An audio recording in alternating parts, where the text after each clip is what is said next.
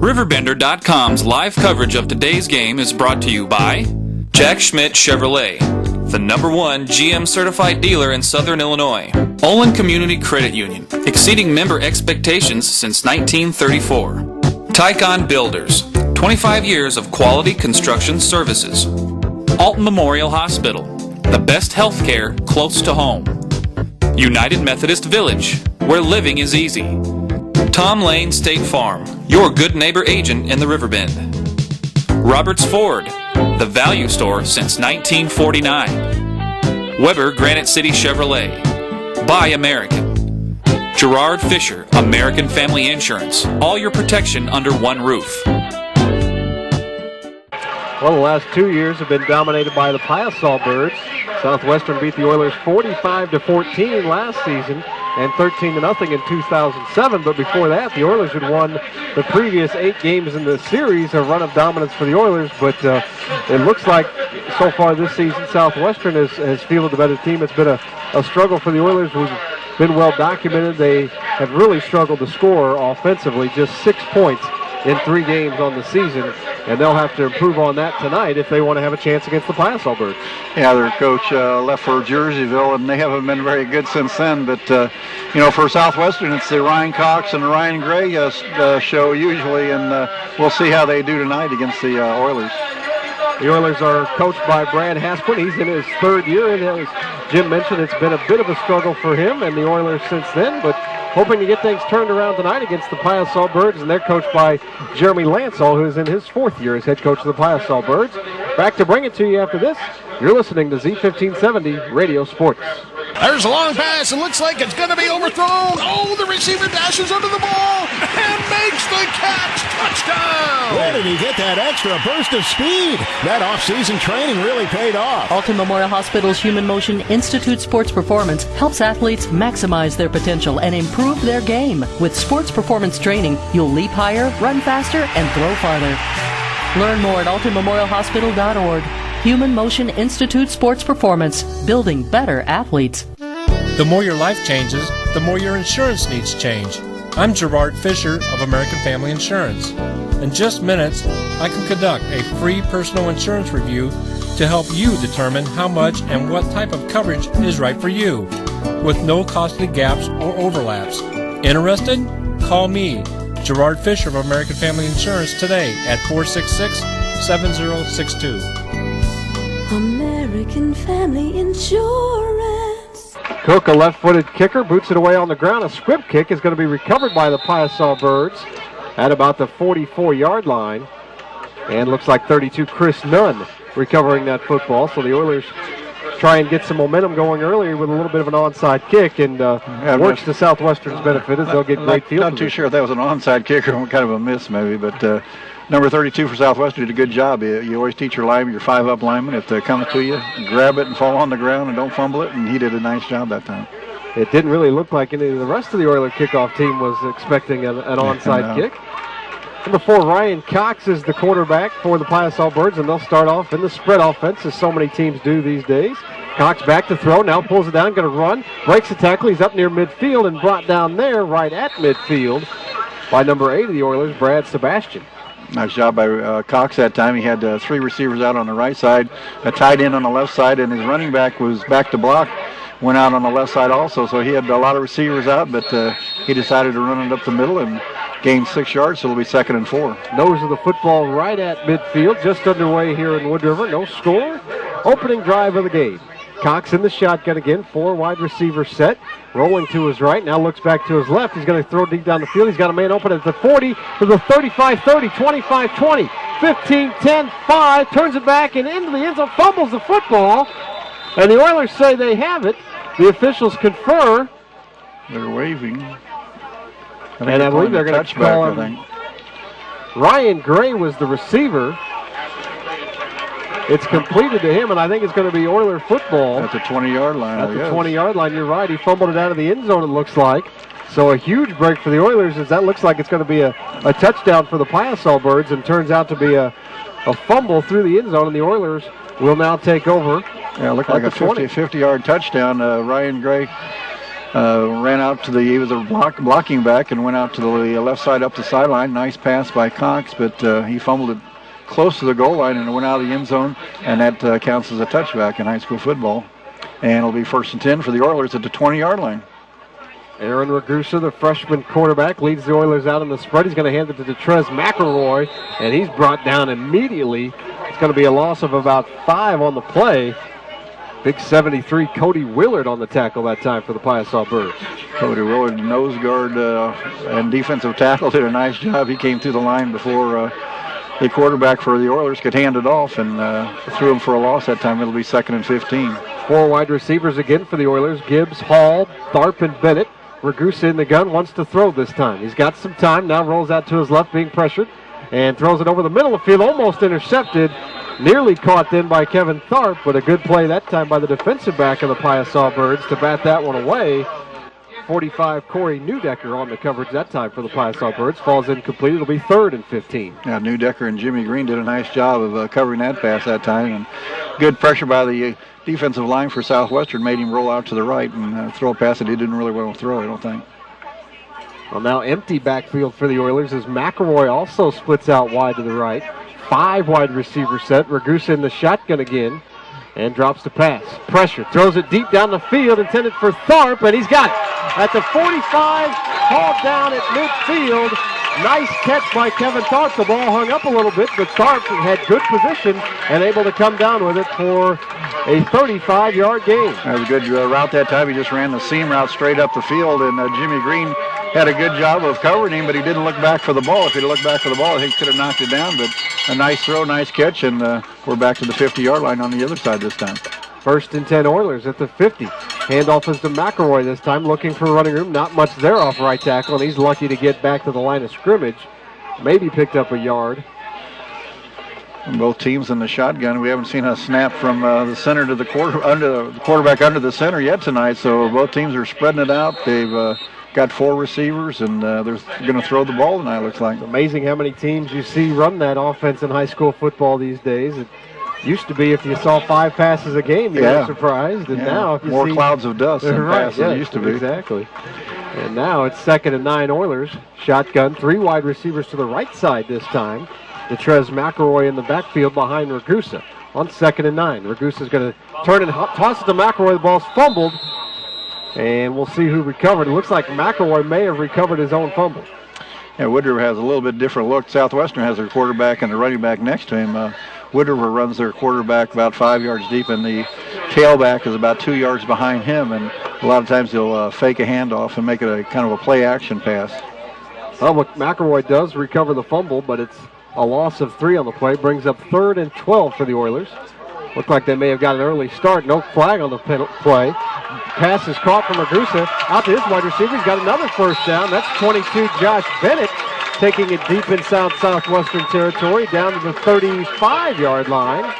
And that's going to be another 1st down for the Oiler offense. Just a quick direct pass to the split in that time, and Connor Kessinger for Southwestern missed the tackle and gave Ragusa a little running room, and he got enough to get the 1st down. Made a good game of about 15 yards. 1 missed tackle allows Bennett to pick up the 1st down. 2nd 1st down for the Oilers, and a solid first drive going for them as they've converted a 3rd and 15 and now a 3rd and 12. Ragusa in the shotgun as he will be most, if not all, of the night. 3 wide receivers to the right. McElroy gets the handoff left side looking for running room. 35, 30, and he breaks a couple tackles down to the 25, and he should have enough for another Oiler 1st down. Down to the 24. Nice job. That was their best running play of the night. The other 2 running plays, like they lost 2 yards, but that running play, he kind of bounced off the left side. Southwestern, again, missed a couple of tackles. I'm sure that Coach Lancel's not happy about Piasaw Bird tackling. It's going to be another 1st down for the Oilers. 3rd 1st down of the night. You'd have to look. I don't think they probably picked up 3 1st downs this early in the game all season. Ragusa in the shotgun sends Tharp in motion. He's going to hand him the football. He tripped up and cuts it back now. He's going to be brought down, though, at the 30 for a loss, as that play went nowhere, thanks in large part to the Southwestern defense. Almost that time like a single wing jet play, we used to call it, but handed off to the man in motion and faked the handoff to the tailback behind him, and Southwestern wasn't fooled that time. It'll be about a 2nd and 16 this time. 55, Cole Hagan on the tackle, and he's got his left hand heavily bandaged and wrapped. And it's 2nd and 15 Oilers. Ragusa again sends Tharp in motion. Again, it looks like they may have jumped. No flag again. Tharp looking deep for Colby Hall in the corner of the end zone, hangs it up. Hall trying to outleap everybody, and that one falls incomplete. Number 9, Seth Rich on the coverage, along with 22, Jordan Orban for the Pius Birds. Good coverage that time in the Pius Birds secondary. Nice coverage by Rich that time. He had the Oilers ran a little flag pattern to the corner of the end zone, and he had good position. He was between the receiver and the ball, and he had probably a better chance of catching it that time than the Oiler receiver. Hall at one point might have had a step, but the ball hung up just a bit and allowed the secondary to recover for the Pius Birds. Ragusa in the shotgun. 3rd and 15, another 3rd and long for the Oilers. 2-down territory here, you might think, though. Ragusa pressured, now turns and fires a bullet to Hall, and a great play that time by Rich to knock it away.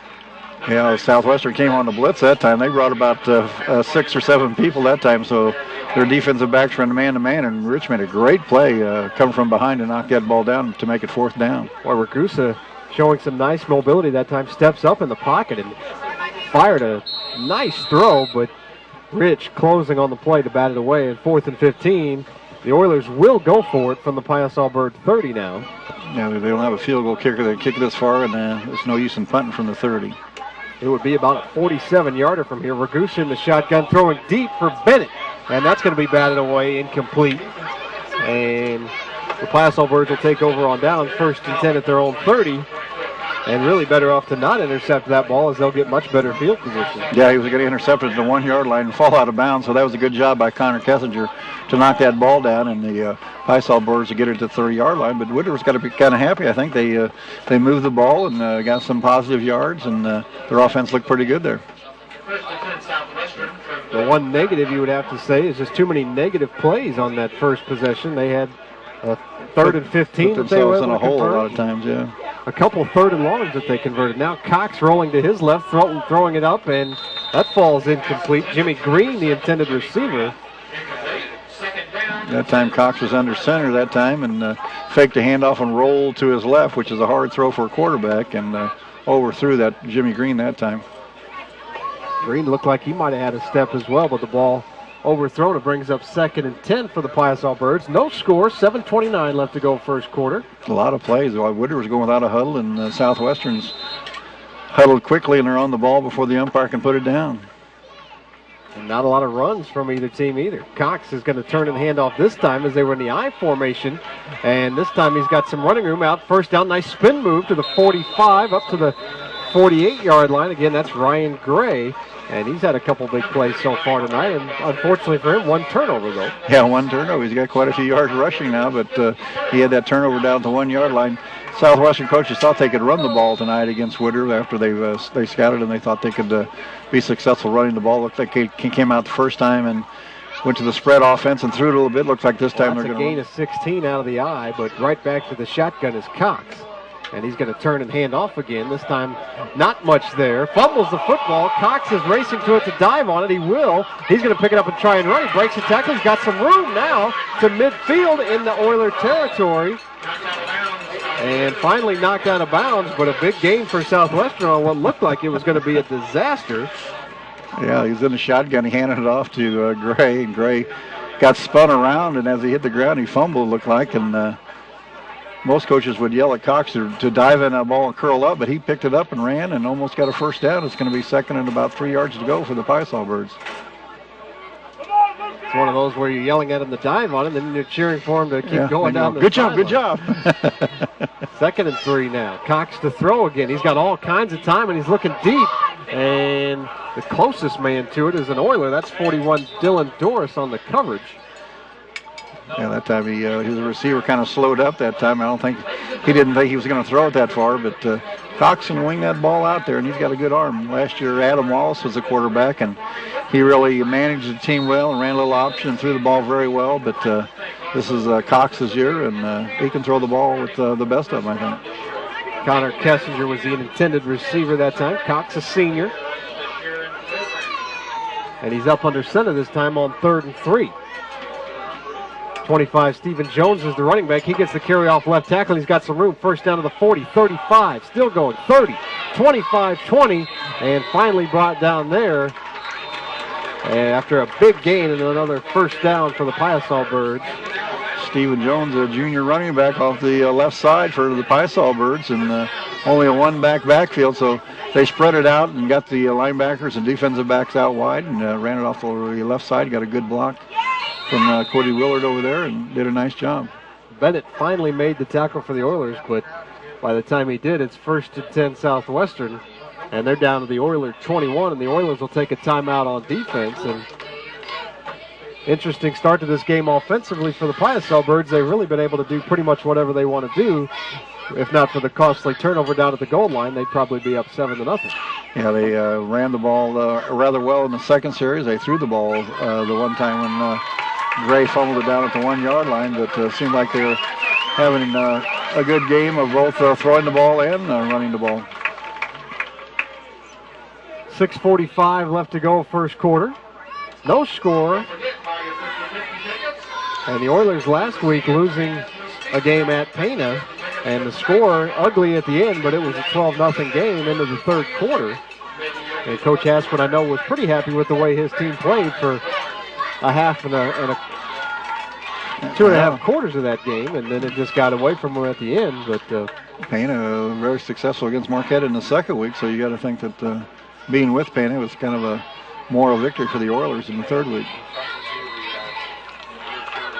6:45 to go. 1st and 10 Southwestern at the Oiler 21.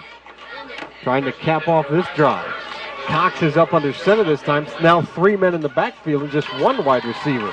They're going to turn and hand it off. Looks like Bennett again, and he's going to be brought down immediately and maybe got back to the original line of scrimmage. That's Gray on the handoff. Gray on handoff. Looked like it was a little power eye. They had 3 backs behind Cox that time, and one was a little power formation off to the right side and actually lost a yard. Looks like it's going to be about 2nd and 11. And I think the Piasol Birds are a little better when they spread them out and run the ball than when they're trying to run power football, looks like. Loss of 1. It's 2nd and 11 for the Piasol Birds. Clock rolling now, 6:10. Cox up under center. The toss this time. And Hall has got him wrapped up in the backfield. Now a nice cutback. And brought down there, though, by the Oiler interior line. Is a good job by Hall to force Stephen Jones back to the middle, and he had nowhere to go.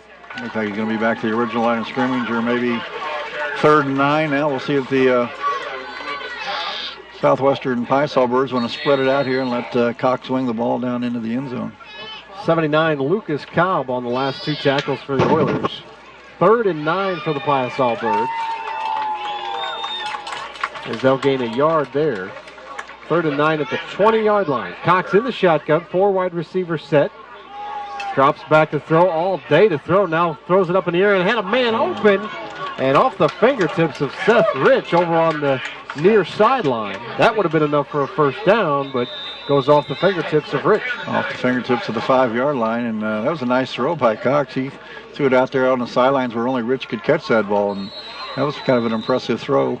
And the Piasol Birds are going to call timeout and decide what they want to do here on 4th down. Southwestern taking a timeout to talk about the play call. We'll take one, too. You're listening to Z1570 Radio Sports. December 26th, the Simmons Law Firm will hold a 5K race and fun run and walk in historic Alton to raise money for a rare cancer called mesothelioma. The event is called Miles for Meso. The event will start in front of Market High School at 9 a.m. Registration opens at 7:30. It'll be a great event for runners, walkers, and families.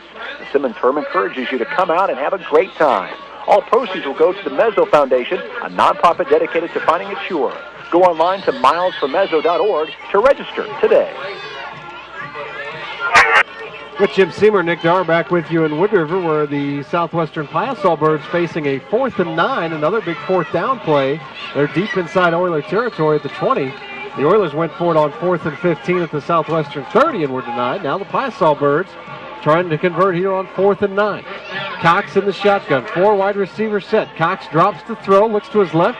Now may run with it, got a man wide open, touchdown. And that's 30, Ryan Gray again. Well, it looked like Cox was going to pull it down the run. The defensive back bid on that. And Gray breaks wide open and into the end zone for the touchdown, and it's 6-0 Piasol Birds. Yeah, they've been running that trips to the right and a receiver off to the left and running a receiver across the middle, which is taking a defensive back and then running Gray, who is the blocking back, out up the sideline on the left side. That's the same thing that they fumbled the ball on the 1-yard line a while ago. That's the same play that they fumbled. And seems like Woodward was not covering that back out of the backfield. And that's a nice little touch pass by Cox that time to Ryan Gray. And now the Piasol Birds will go for 2. Cox in the shotgun, pulls it down, looking to run to his right. He's got a pass-throw option, cuts it back, and he's in.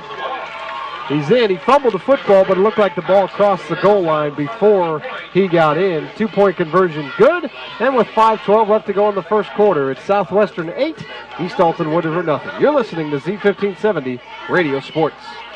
Supplier Pricing Plus at the East Side's newest and one of the largest Chevy dealerships, Jack Schmidt Chevy of Wood River, with 14 acres of selection and more selection. Now all with Supplier Pricing Plus. Save $8,165 on a new 09 half-ton Silverado. A new 09 Malibu LS, just $18,600. Hit the road with Jack Schmidt, with over 14 acres of service, selection, and savings. Hit the road with Jack Schmidt Chevy, Jack Schmidt. Wood River, Illinois. Life is busy, and that's a good thing. Olin Community Credit Union helps me keep up with convenient checking services like free online banking and bill pay, 5 area locations, and free ATMs. They even provide extra deposit insurance to keep my money safe and sound. I know I can count on them, and that helps me give 100% to the people who are counting on me. Call Olin Community Credit Union today or visit them online at olincreditunion.org. Trust me, you'll be glad you did. Nice touch by Cox, so they get the lead here. Kicking off from the 40-yard line, and we'll see how their defense can do this time. Jordan Orban kicking off. High, short kick, bounces at the 15. Picked up there to the 20. 25 goes Tharp. And met by Southwestern tacklers. Now breaks it to the 30, 35, 40. And a nice return and another missed tackle by the Piasol Birds that time. Yeah, very sloppy tackling on defense and special teams for the Piasol Birds. And it'll be a good field position for the Oilers here as they take over on their 41-yard line, and we'll see if their offense can. They got a lot of yards in the first possession from the 20 down to the 30, so they made 50 yards the first time. We'll see if they can get 59 this time. Found themselves in a lot of 3rd and long situations, but able to convert a 3rd and 15 and a 3rd and 12 on that first drive. Ragusa in the shotgun tries to draw the Piasol Birds off sides. I don't know if he tried to, but it looked like they jumped off sides anyway. Yeah, he put his hands out there like the snap was coming, and the whole interior line for the Piasol Birds jumped across the line. That'll make it 1st and 5, the coach's dream. Short yardage on first down, so we'll see if they can throw the ball and get a first down here. Our first penalty of the night, it's encroachment against the Piasol Birds. And back in the shotgun is Ragusa, 4 wide receivers. Hall, Gibbs, Bennett, and Tharp. Detrez McElroy is the running back behind Ragusa. Ragusa standing in the shotgun at his own 40. He's going to turn and throw it out to Bennett in the flat. Bennett can't hold on. And a ball a little bit high, but Bennett needs to come down with that. He tried to run with it, I think, before he caught it. Yeah, it's catchable. They had a slot out here, and the slot was going to block for him. He came back for the ball, and the slot was blocking, and would have been some positive yards out of that play. Could he have caught that ball? Nope, 2nd and 5 now for the Oilers. No huddle once again, so we're going to get a lot of offensive plays in this first quarter. Still 4:57 left to go in the first quarter. 8-0 Piasol Birds leading. And Ragusa in the shotgun. Looks out in the flat, and he's got a man, Hall. And Hall dropped the pass. That one was a little behind Hall, but again, trying to run before he catches the football, or maybe worried about taking a hit as well. That play was really going just about nowhere, it looked like, anyway. Yeah, it was about the same play from they ran on the left side, they ran it on the right side, and the receiver standing still, and it goes through his hands. So that's bad luck for the quarterback, as he had 2 passes that could have been caught, I think. Well, 3rd and 5 now for the Oilers. And they need a conversion here. Ragusa in the gun, McElroy the running back behind him. Ragusa going to roll to his left, throw that way to Tharp, and Tharp catches it, makes a cutback, fighting for the first down. He's up near midfield. He's going to be about a yard or 2 shy, and decision time for Coach Brad Haskell now on 3rd and short from midfield.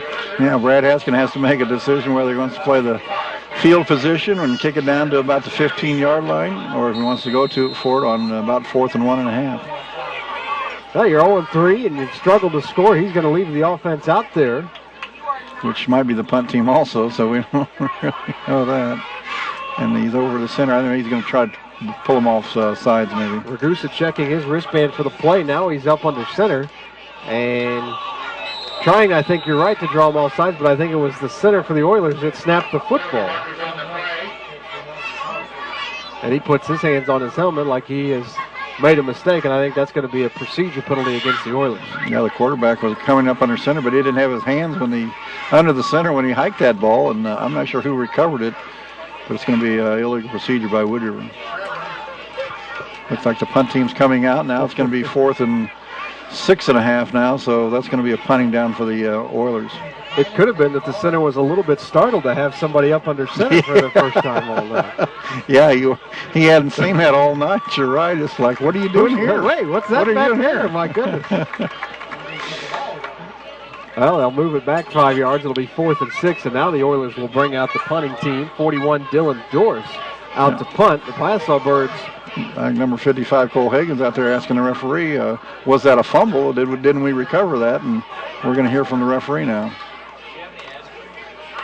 And the answer is no. It was illegal procedure before the snap, and that's a pre-snap call. So it'll be 4th and 6.5, as we said, for the Oilers, and they're in punt formation now. So no play. The penalty before the play. We joke about the not being up under center, but it is a pressure-packed situation for the center all night to have to continue to make accurate shotgun snaps all out. And both centers have been perfect so far. High snap this time on the punt. Doris gets it away, though, off a nice catch. It's fielded at the 35 and some running room there to the 40. To the 45, knocked out of bounds, goes number 81, Michael Davis. And good field position for the Piasaw Birds to start as they'll get back to darn near where the line of scrimmage would have been anyway had the Oilers not converted the 4th down play. Yeah, they're back to where the original first down would have been for the Oilers, and it'll be from their own 48-yard line. Piasaw Birds 1st and 10 with an 8-0 lead here with 3:46 to go in the first quarter. Hindsight, of course, is 20/20, and that the punt was definitely the play in that situation. Yeah, you're trying to win that field position, but the punt didn't help them on that one. That was a nice return. Now the Piasaw Birds come out in 5 wide receiver set, and Cox sails his throw over the head of Ryan Gray. That time the left guard and left tackle were kind of a screen block that time. They kind of let their guys go through, and they were going to go out there and block for Ryan Gray, kind of in a slot screen that time, but it was overthrown that time by Ryan Cox. 2nd and 10 for the Piasaw Birds. 3:41 left to go first quarter. 8-0 Southwestern leading.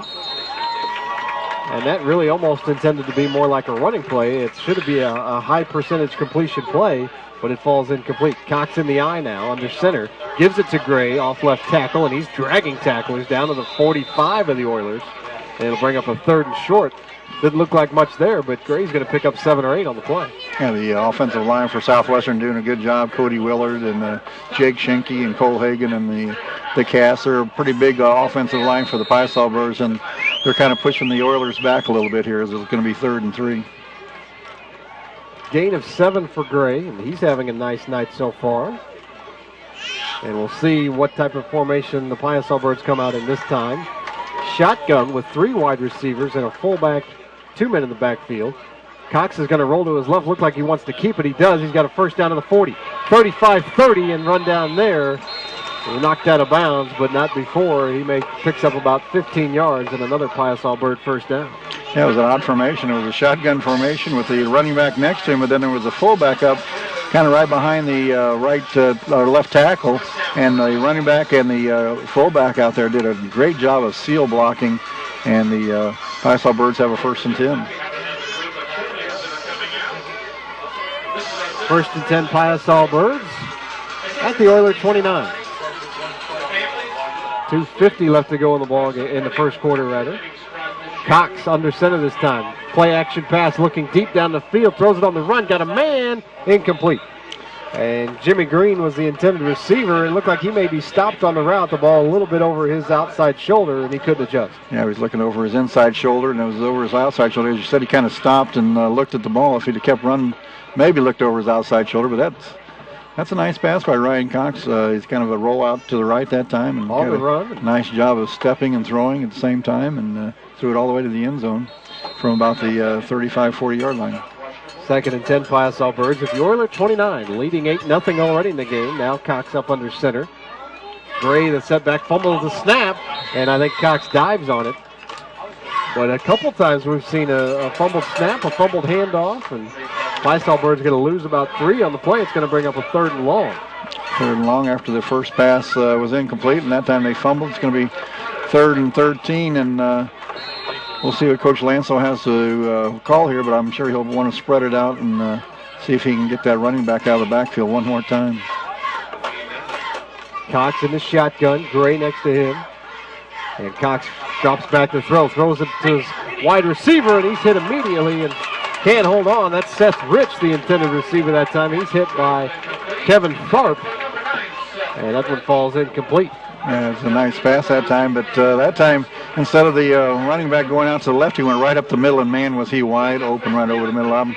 I would look for that same play call this time and hitting Gray right over the middle as he was open as he went up on a seam route. Now it's 4th and 13 at the Oilers 32, and the Piasaw Bird offense remaining on the field. Again, in that no man's land position, too long for a field goal, too short for a punt. Man in motion for the Piasaw Birds. Cox takes the snap, drops back, flag down. Cox looking for the end zone. Rich is there, and that one falls incomplete as well. And that one might have rid off the hands of Seth Rich. We'll check the penalty. The Oilers are saying decline it, so they obviously think it's on the Piasaw Birds. That time Rich let it hit his shoulder pads. If he'd got his hands up, that was a catchable ball too. He had the man beat in the back of the end zone that time, but tried to catch it with his pads instead of his hands, and it bounced off. The penalty is against Southwestern. You would think the Oilers will decline here and take the possession. So the Oiler ball on about the 32-yard line. Going the other way now is Piasaw Birds were not successful in that pass into the end zone, and it wouldn't have mattered anyway. They'd had a penalty. So it'll be Wood River ball. 1st and 10, 32-yard line with 1:53 left here in this first quarter. Ragusa and the Oiler offense back out on the field. 3 and out on the last drive. Ragusa in the shotgun. 1st and 10 from his own 32. McElroy, the running back behind him. He's going to turn and hand it off. He's got a little bit of running room this time. Now breaks it out to the 40. 45, cuts it back to midfield in the Southwestern territory, and finally brought down at the 46.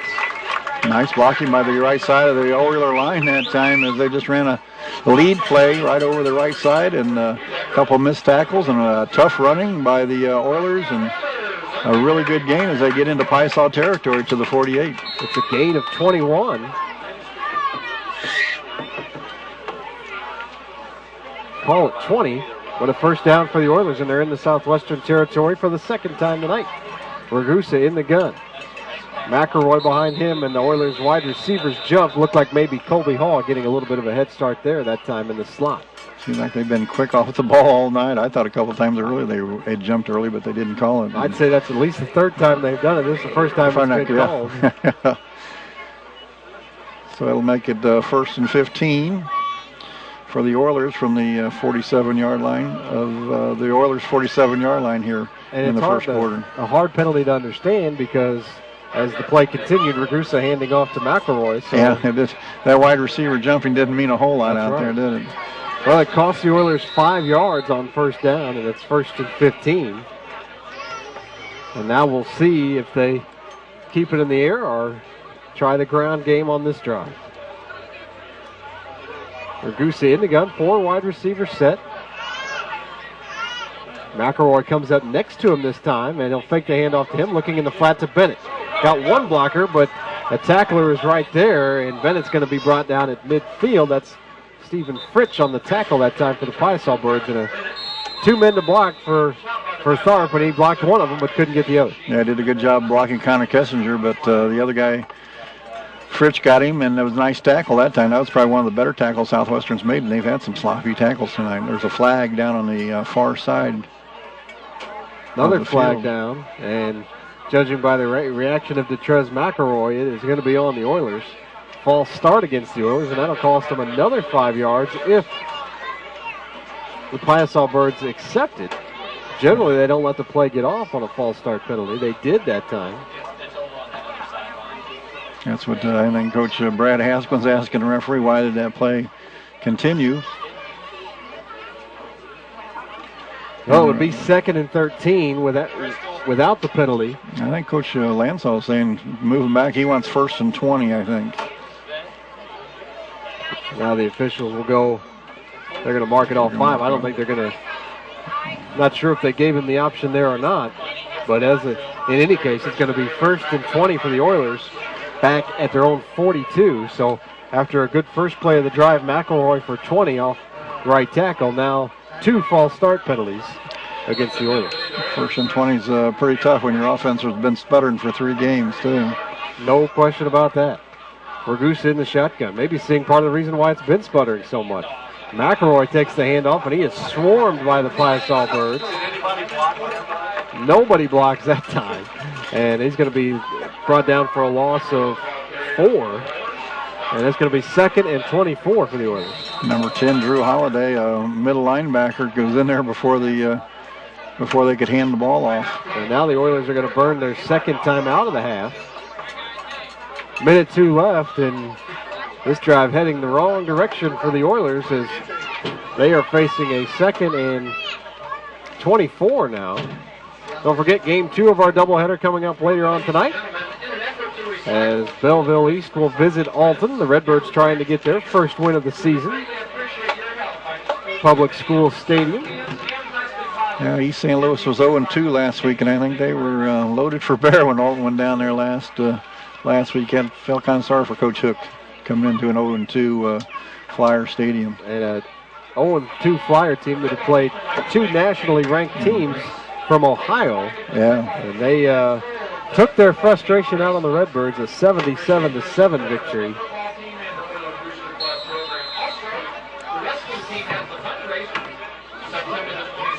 Second and 24 for the Oilers. Ball on the 38-yard line. Ragusa in the shotgun, looking to throw. Under pressure, gets a screen pass off to McElroy, and he's hit immediately. And he's able to shed that tackle and pick up another yard or 2 out of it, but Cole Hagan read that one all the way. Yeah, Cole Hagan, number 55, read that all the way and did a nice job, nice tackling, and it's going to be 3rd down and a long way to go for the Oilers. They ought to think about maybe a quick kick here or something. Not sure the extent of the injury for Hagan, but there's actually 2 Piasaw Birds on the defense with their hands heavily wrapped.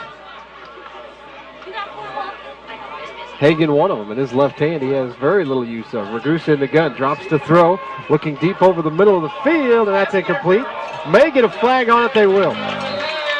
Well, Tharp fell down. I'm not sure if he was knocked down or not, but the official's going to call it pass interference, I would think, judging by the location of those 2 flags. Number 11, Stephen Fritch on the coverage, and they got tangled up that time with Fritch, and they fell down. I don't think it was a catchable ball, but the referees will mark off 15 yards. That wouldn't be enough for a first down unless it's an automatic first down on the pass interference, which it may be. It was 3rd and 20. Automatic first down. Automatic first down, though, so the Oilers get a huge break on the pass interference call. 1st and 10 Oilers now, and that's in the Southwestern territory down at the 42-yard line. Ragusa in the gun, McElroy behind him. I think maybe this time they draw the Piasaw Birds off sides. Looks like 10 Drew Halliday jumping off sides there. He jumped off, and he's kind of small. He's got a 82-pound cast, and I think it kind of carried him off sides that once time. he got that cast going, there was no stopping. He got a cast on it. It's probably a foam covering it, but it makes it look awfully big huge, out there. It goes from his elbow all the way down past his hand.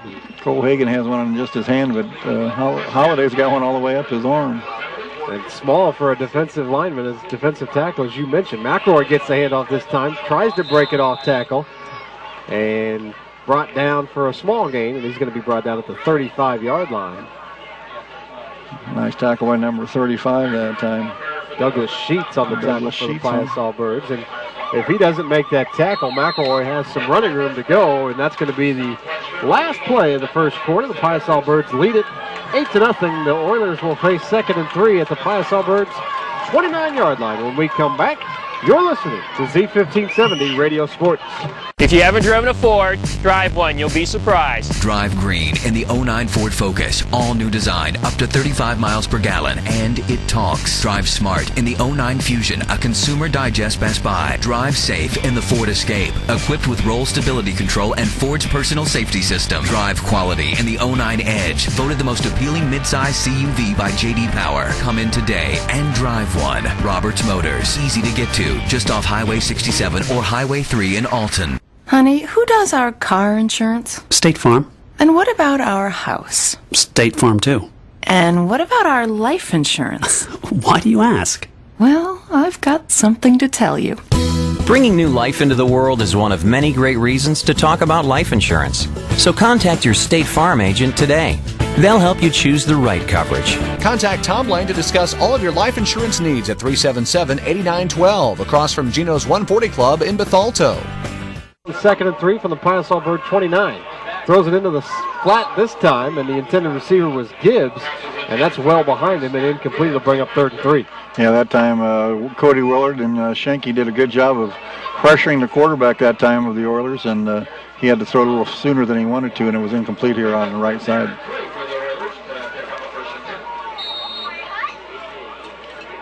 Third and 3 for the Oilers, looking at 2-down territory here, you might think. Ragusa is in the shotgun. McElroy behind him. 4 wide receiver set. Gibbs and Hall to the near side. Tharp and Bennett to the far side. They're going to turn and hand it to McElroy, looking for running room. A cutback lane not there, as he's going to take it down to the 35-yard line, and maybe just to the original line of scrimmage. It'll bring up 4th down and 3 or 4 for the Oilers. Yeah, they lost a yard there and run up the middle.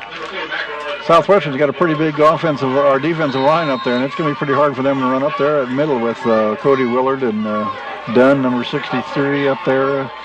Cole Hagan it in, so it's going to be tough to run up the middle for the Oilers. We'll see what they want to do on 4th down here. 4th and 3, Ragusa is in the shotgun again.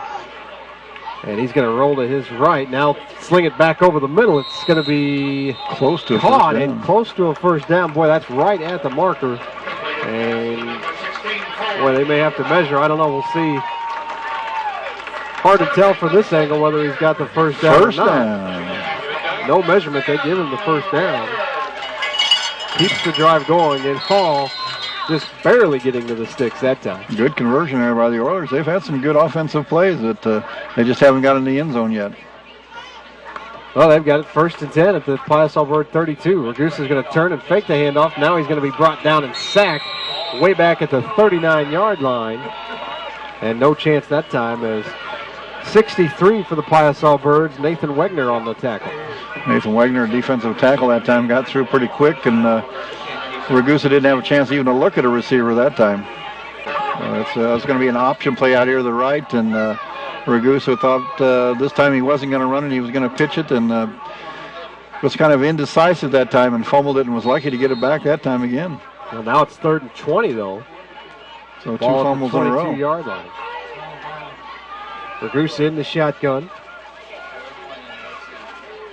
McElroy behind him. Tharp, Bennett, Hall, and Gibbs, the receivers. This time Ragusa are going to roll to his left. Looking, got a man, and caught by Tharp, but well short of the 1st down markers. And that one maybe just to get into position to make it a more manageable 4th down situation. This is a gain of about 8 on the play. Looks like they're down to about the 14, 15-yard line, so it'd be a 32-yard field goal. But it looks like they're going to go for it on 4th down as they're still in that no-huddle offense. 4th and 12 for the Oilers. Ragusa in the shotgun as usual. And it looked like the receivers may have jumped again. Ragusa hit as he throws, and that one's going to be incomplete as he is absolutely drilled that time. 65, Ed Dunn hit Ragusa as he threw that time, and no chance. Yeah, Ed Dunn, only a sophomore, and he's getting a good pass rush now. He's kind of pinning his ears back and going after that quarterback. And that time he had a good lick on Ragusa that time. And as the Oilers turn it over, Pie-Sol Bird ball, and we'll see what their offense can do. Is they've had some pretty good offensive series, but just haven't been able to put the ball in the end zone. Have had very little trouble moving the football against the Oilers. They've fumbled it out of the end zone and forced to turn it over on downs on their last possession, and a touchdown mixed in between those two. Cox in the shotgun, wants to keep it, and he's got some room up the middle. Fumbles the football again. I think the Pie-Sol Birds have it, and we'll see.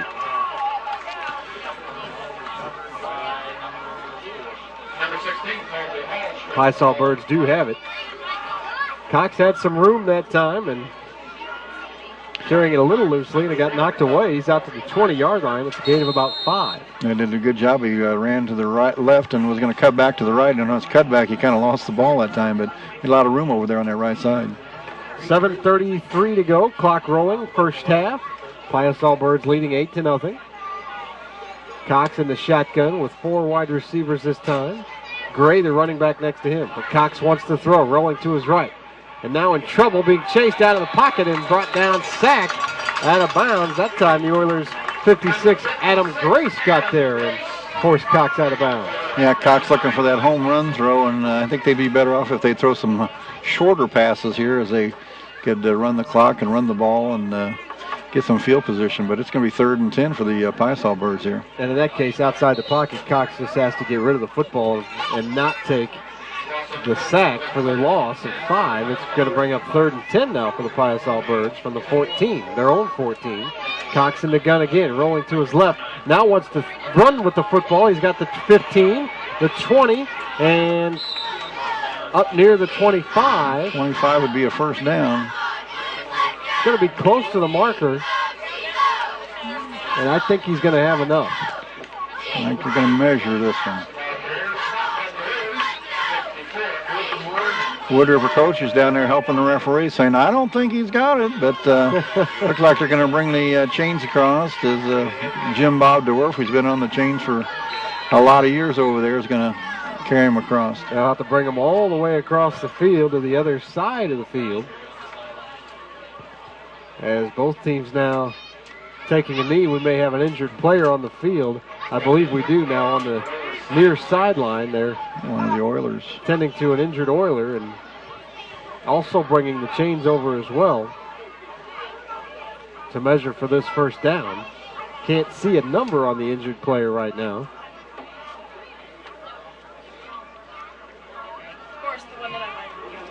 It's going to be enough for a first down, it looks like. The referee indicates first down is like the Oilers up to his knees over there.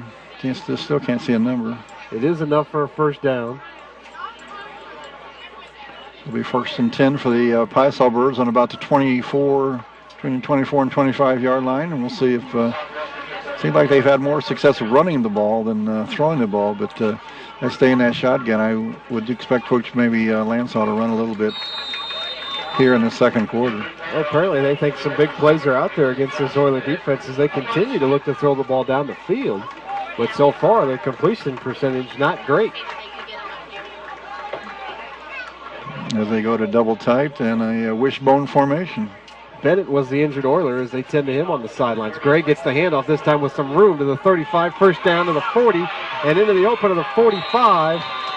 And finally brought down there by number 27, Tyler Ash of the Oilers, but not before a big game from Ryan Gray. And Coach Lansall goes back to the old power football. That was double tight wishbone, and all you fans around here have seen Marquette and a lot of teams play that wishbone offense, and that's just the double lead, the left halfback over the right side with a fullback and a halfback leading him, and a really nice gain that time for the Pie-Sol Birds. I think I'd keep running until they showed me some evidence that they can stop it. So far, they haven't been able to. Up under center again this time is Cox. Straight ahead handoff to the fullback this time, and that's going to be good for a gain of 5. 35, Doug Sheets. The fullback gets it. That time they were just in the eye that time, gave it to the fullback, and he popped it out to the left. Probably maybe should have stuck it in the middle a little bit. You want your fullback in the middle and your halfback outside, but a nice job by Sheets that time to get about 4 yards to make it 2nd and 6.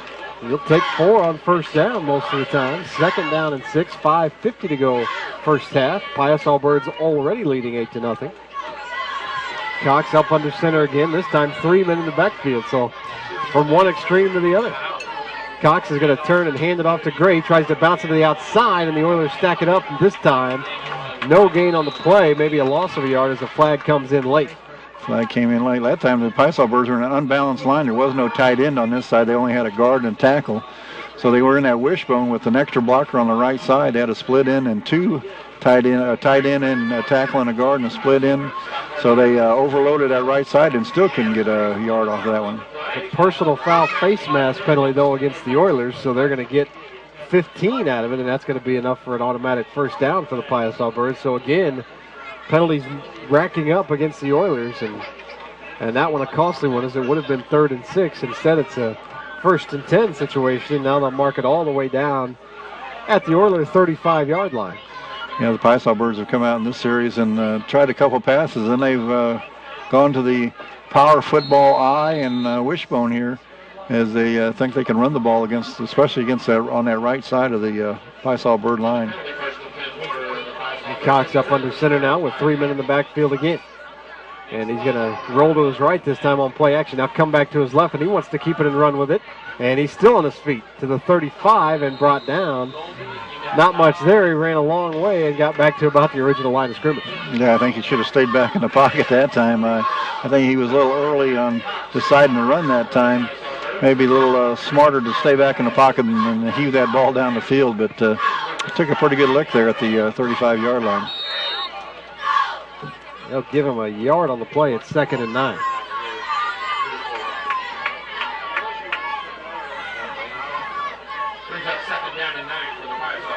Clock rolling, 4:37 to go. Cox looking to throw deep again. The pocket collapsing. He wants to keep it and run, and tripped up.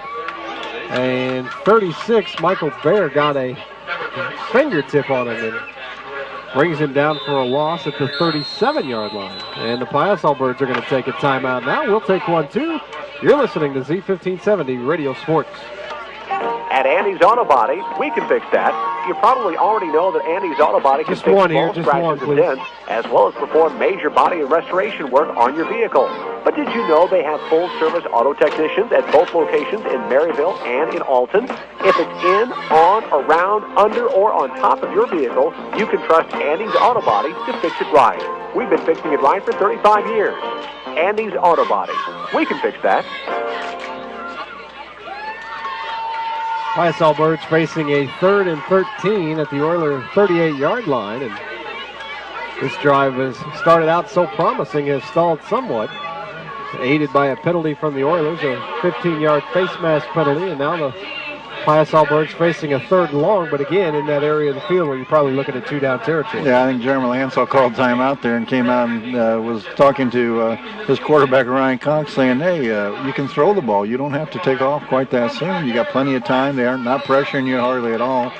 And just take your time back there, find a receiver, and if you don't find a receiver, then run. But he's kind of taking off a little early, seems like. Meanwhile, Josh Bennett for the Oilers, wide receiver and defensive back, still being tended to on the sideline. Yeah, I'm looking for Ryan Gray up the left sidelines here. Cox in the gun, looking deep down the sidelines this time. He's got a receiver this time, and it's going to be enough for a first down as number 7, Jimmy Green, makes the catch.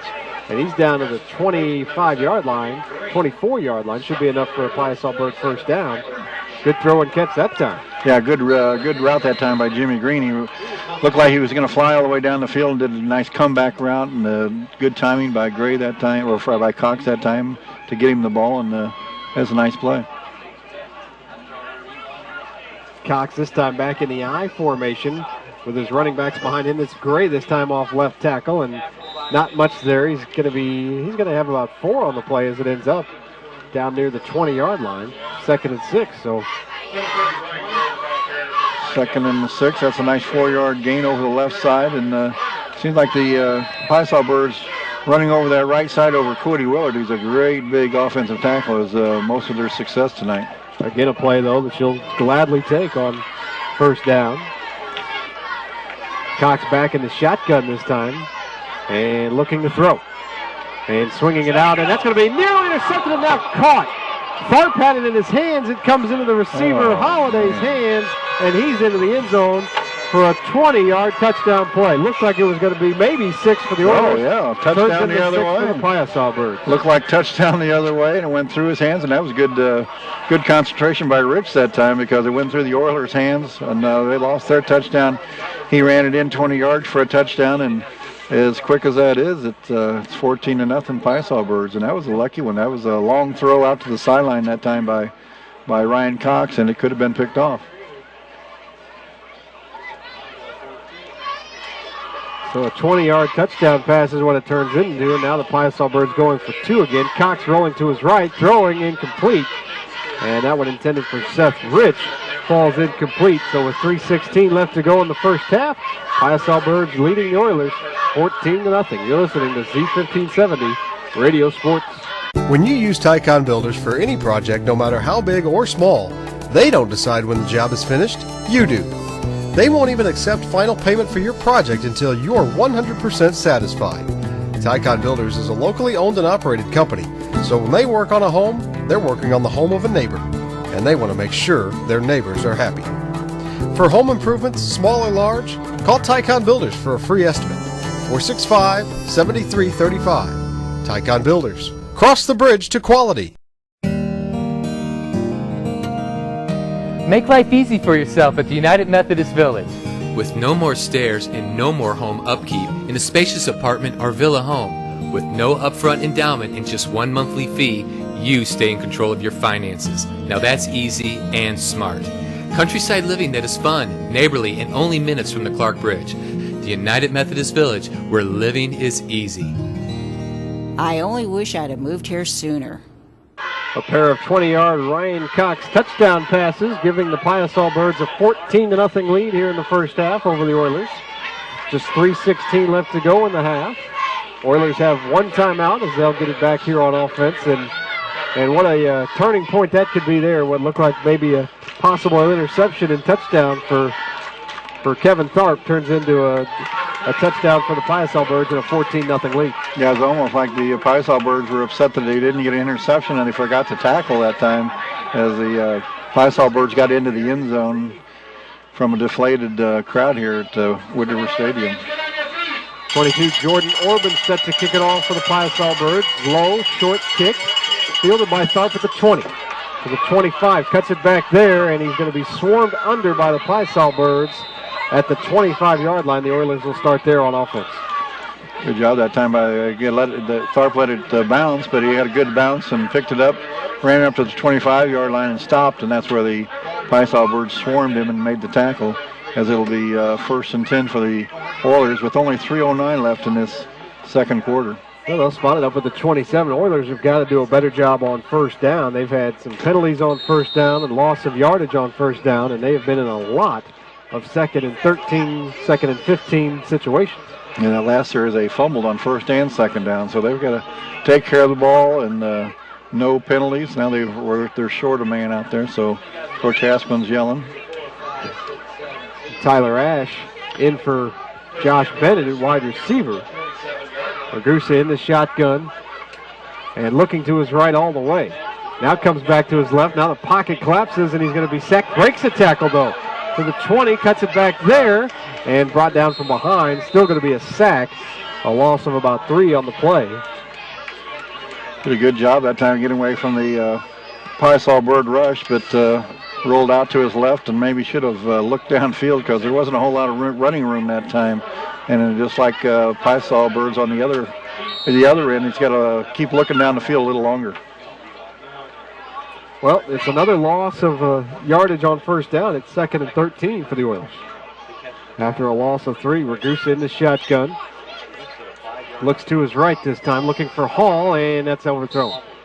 Colby Hall, the intended receiver, out of his reach from Ragusa, and it's 3rd and 13, and now the danger of this possession for the Oilers is if you don't convert here on 3rd and 13, you give the ball back to the Piasaw Birds with quite a bit of time left. Yeah, those incomplete passes are stopping the clock, and that's what the Piasaw Birds need if they want to get possession again and try for another touchdown.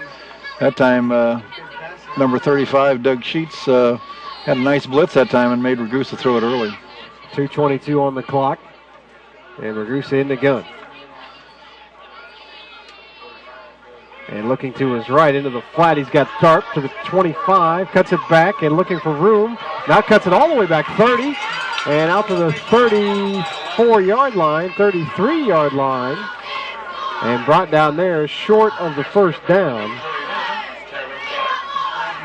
And the Oilers will, in all likelihood, have to punt it away here, although I'm not seeing the punting team. Well, you have to punt it here. I'm surprised Southwestern hasn't called timeout. 4th and 5 for the Oilers, and they appear to be going for it at their own 33. They may try and draw them off sides here. They have one timeout left. Ragusa in the shotgun, and they may have done it. Flags come out, and Ragusa drew them off sides. Cody Willard, number 73, the nose tackle, jumped off sides. He's going both ways. He looks a little tired as Coach Lansall brings in number 10, Drew Holliday, back into nose guard for Willard. You think Coach Lansall will be okay with that? He's a little tired. I think that'll be a tough film tomorrow morning when Willard tries to defend that one. Well, it gives the Oilers a 1st and 10, and now the clock rolling, minute 33 left to go. Ragusa in the shotgun. Looked like Hall maybe jumped again, but no call. Ragusa throwing deep over the middle, and that's going to be nearly intercepted. Should have been picked off. Dangerous pass from Ragusa there. Falls incomplete, intended for Tharp. Stephen Frisch back there, number 11, did a nice job. Went through his hands. He probably should have intercepted that ball, but looks like the Oilers are going to wing it out here and maybe take another 20 seconds off the clock for these 3 downs. Minute 21 to go of first half. Oilers trail 14-0. You can tell a coach who used to be a quarterback, can't you, Brad Haskins? That's right, yes. He wants to throw. Back out of CM and wants to throw every down. Ragusa doesn't mind that, and he drops the throw. A little screen pass in the flat for Tharp, and he's got it at the 45 and brought down up near the 47-yard line. He's going to be a couple yards shy of the first down. Clock will keep rolling now. We'll be under a minute by the time they snap this football on 3rd and short. That time Stephen Frisch missed a tackle and gave him an extra 5 or 6 yards. Haskell wanting to be aggressive and wanting them to hurry up in this offense. The give is to McElroy up the middle, trying for the first down. I think he may. That's going to be close. I think he's going to be short. And at this side, looks like he might get a favorable spot here. Favorable spot over here, and that's going to be first down. That stops the clock on first down. So, boy, that was a good spot. That was a nice spot. That was a hometown spot right there. Up to the 48-yard line it goes. We're sitting right on that yard line. We thought that was pretty generous. 1st and 10 Oilers. Ragusa fumbles the snap now. Now he's got some time. Now the pocket collapses. He throws deep down the field for Hall, and that's incomplete. And Hall looking for a flag on the play. Seth Rich in coverage that time, but ball kind of hung up, and the defender has just as much entitlement to the football as the receiver in that situation. Yeah, nice job that time by Ragusa. He fumbled. The snap was fumbled on a bad snap and picked it up and kept his head that time and got the throw off. 29.5 seconds to go. 2nd and 10 Oilers at their own 48. Needing a big play before halftime here to try and get back into this thing. Ragusa in the shotgun. Fakes the handoff. I don't think that fooled anybody. Now he's going to be sacked. And 33 is in on the sack that time. Cody Christopher for the Piasol Birds, and that may be the last play of the first half. Nope, the Oilers will take their final timeout. And they'll try to run 1, maybe two plays if you get an incomplete pass here. Well, I'm sure they're going 4th down now with only 17.4 seconds to go. But the problem is now if you complete a pass in the middle of the field, you got to hurry up and get to the line of scrimmage and try and. If you don't get a first down, you got to hope it's a first down. But every quarterback thinks they can score on every play, so you never know for the Oilers here. It's been an interesting half. They're down 14-0, but they have to feel like they're in this game for sure. And time of possession, they probably had the ball probably more than the Southwestern Piasol Birds here in the first half. Neither team has been mistake-free, to say the least. A couple fumbled snaps, a couple fumbled handoffs. We've had just 1 turnover so far in the ball game. That was a Southwestern fumble at the goal line as they were getting ready to go into the end zone on their first possession of the game. And fumbled it out of the end zone for a touchback. And Oilers got it back on the 20-yard line and had a pretty good drive on their first drive of the game. Well, 3rd and 18 for the Oilers. 17.4 seconds to go. Ball at the Oiler 41. Already trailing 14-0. Ragusa in the shotgun. Fakes a pump fake, and now he's in trouble. He avoids the sack and heaves it down the field for Hall, and that's going to be incomplete. Hall again looking for the pass interference call, but no call. Michael Davis on the coverage that time for the Piasol Birds. Good job by Davis. He was behind him. That's what every coach wants in his prevent defense is don't let anybody behind you. That time Davis kept his body between the receiver and the end zone, and that was a good job covering Hall. Well, now you've got 8 seconds to go. 4th and 18. And if they don't get a first down here, the Piasol Birds would have a chance at a Hail Mary if 8 seconds don't run off the clock on this play. They ran off 9 on the last play, so it's 9.4. likely that this is going to end the half here on this play, provided they give Ragusa some time. They will, and Ragusa is sacked, though, and that's not going to be enough. There is going to be some time left. It's a sack, and he's going to have the ball at the 35-yard line, and now the Piasol Birds with 1.9 seconds left to go in the half, a chance to pad their 14-0 lead. I'm sure Coach Lansall will throw one into the end zone, probably little trips to the right side, and throw one into the end zone with 1.9 seconds to go and try to get one more score here in the first half. And if Ragusa in that situation really just cannot take that sack, you got to try and at least run around enough to where you run out the clock of the first half. Now Cox in the shotgun, and he's going to have all kinds of times to let his receivers get down there. Heaves it up, and that's going to be incomplete. Jimmy Green, the intended receiver. Tyler Ash, nice coverage on the play. Nice coverage. Bats it away. It falls incomplete. And that's how the first half will end, with the Piasol Birds leading the East Alton Wood River Oilers by a score of 14-0. Back to talk about the first half. After this, you're listening to Z1570 Radio Sports. RiverBender.com's live coverage of today's game is brought to you by Jack Schmidt Chevrolet, the #1 GM certified dealer in Southern Illinois. Olin Community Credit Union, exceeding member expectations since 1934. Tycon Builders, 25 years of quality construction services. Alton Memorial Hospital, the best health care close to home. United Methodist Village, where living is easy. Tom Lane State Farm, your good neighbor agent in the Riverbend. Roberts Ford, the value store since 1949. Weber Granite City Chevrolet, Buy American. Gerard Fisher, American Family Insurance, all your protection under one roof.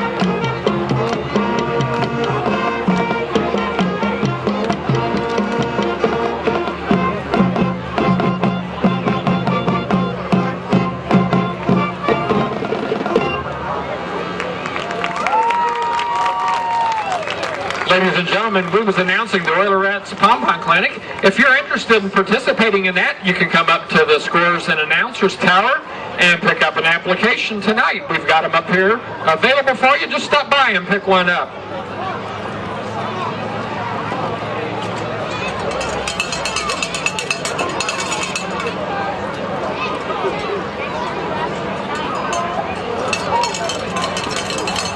My thoughts thought the AD said they'd be announcing it, but I think they did once in the beginning.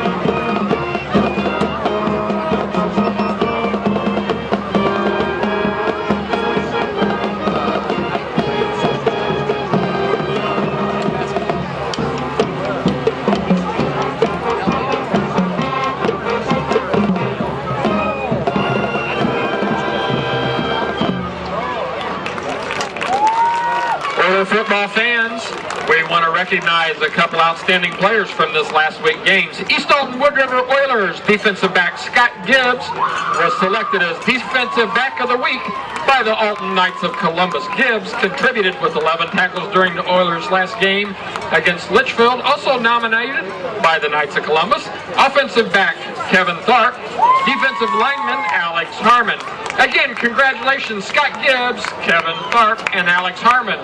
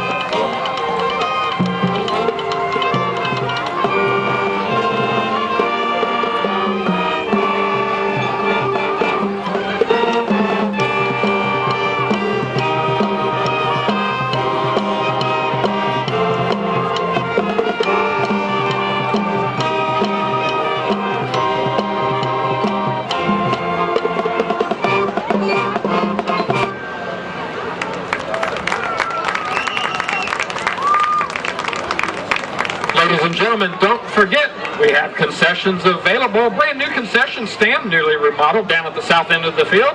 Between the scoreboard and the tennis courts, there's plenty of space and a wide selection of snacks and beverages for your enjoyment. Go down and get you something to eat or drink. I was just handed a note that pizza is $1 a slice, so go down and get you something to eat during our halftime.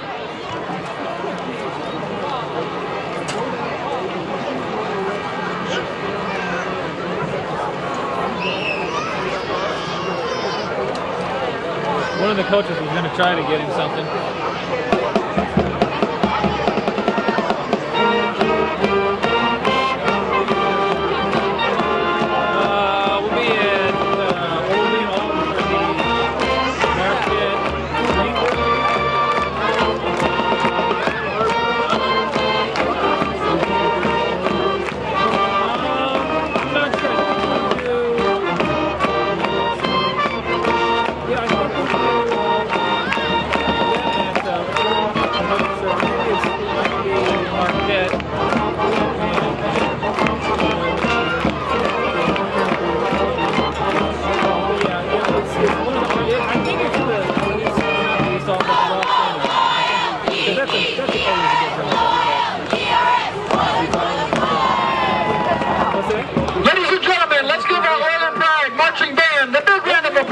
Halftime performance.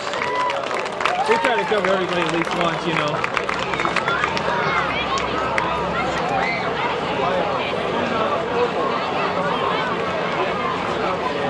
$14-0. All it takes is one big play.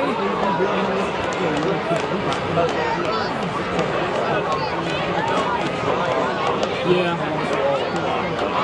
Anybody want a Cardinal Cubs score update? No. Mr. Pearson? Yeah, but Cubs are leading 2-0 in the third inning.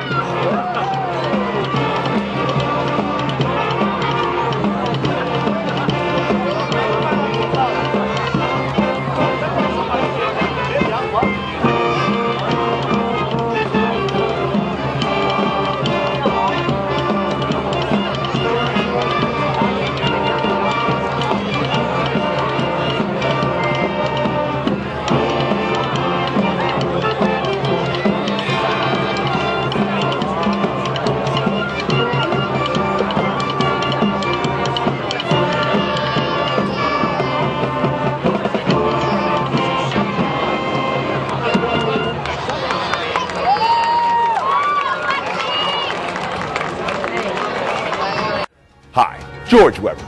Weber Chevrolet's year-end clearance is underway, making now a great time to save money when you buy and when you drive. Through the end of the month, we are offering the highest sales incentives of the year. And no matter what you hear in the media, believe me, our financing is still as available and aggressive as it's ever been, if not more. Combine that with our great incentives and you have the lowest payments of the year. And that's just the start of the great values at Weber Chevrolet in Granite City, Illinois. Or check us out on the web at RiverGC.com. There's a long pass. It looks like it's going to be overthrown. Oh, the receiver dashes under the ball and makes the catch. Touchdown! Where did he get that extra burst of speed? That off-season training really paid off. Alton Memorial Hospital's Human Motion Institute Sports Performance helps athletes maximize their potential and improve their game. With sports performance training, you'll leap higher, run faster, and throw farther. Learn more at altonmemorialhospital.org. Human Motion Institute Sports Performance, building better athletes. Go to RiverBender.com and see the video of this game or even pick up a DVD of it. You can also listen to the audio archive or streaming live. All our high school football games are streamed online at AltonDailyNews.com. And RiverBender.com has a high school game of the week every week that you can turn in and view the video of at RiverBender.com. Piasol Birds getting set to kick it away to start the second half. Kevin Tharp back deep to receive for the Oilers, and he'll receive it at the 15, to the 20, 25, 30, cut back, nothing there, brought down and out across the 30 to the 32. Number 23, Tyler Dunham, that time for the Piasol Birds, made a nice tackle at the 32-yard line, and that's where the Wood River Oilers will start the 34-yard line, start the second half at the 34-yard line at 1st and 10. See what they can do here in the second half as they line up in the shotgun once again in this half. You'd have to let me know why they got the extra 2 yards, but okay. I don't know. 1st and 10 at the 34-yard line for the Oilers. Ragusa in the shotgun. Ragusa in the gun as we start the second half. First possession of the second half for the Oilers, trailing 14-0.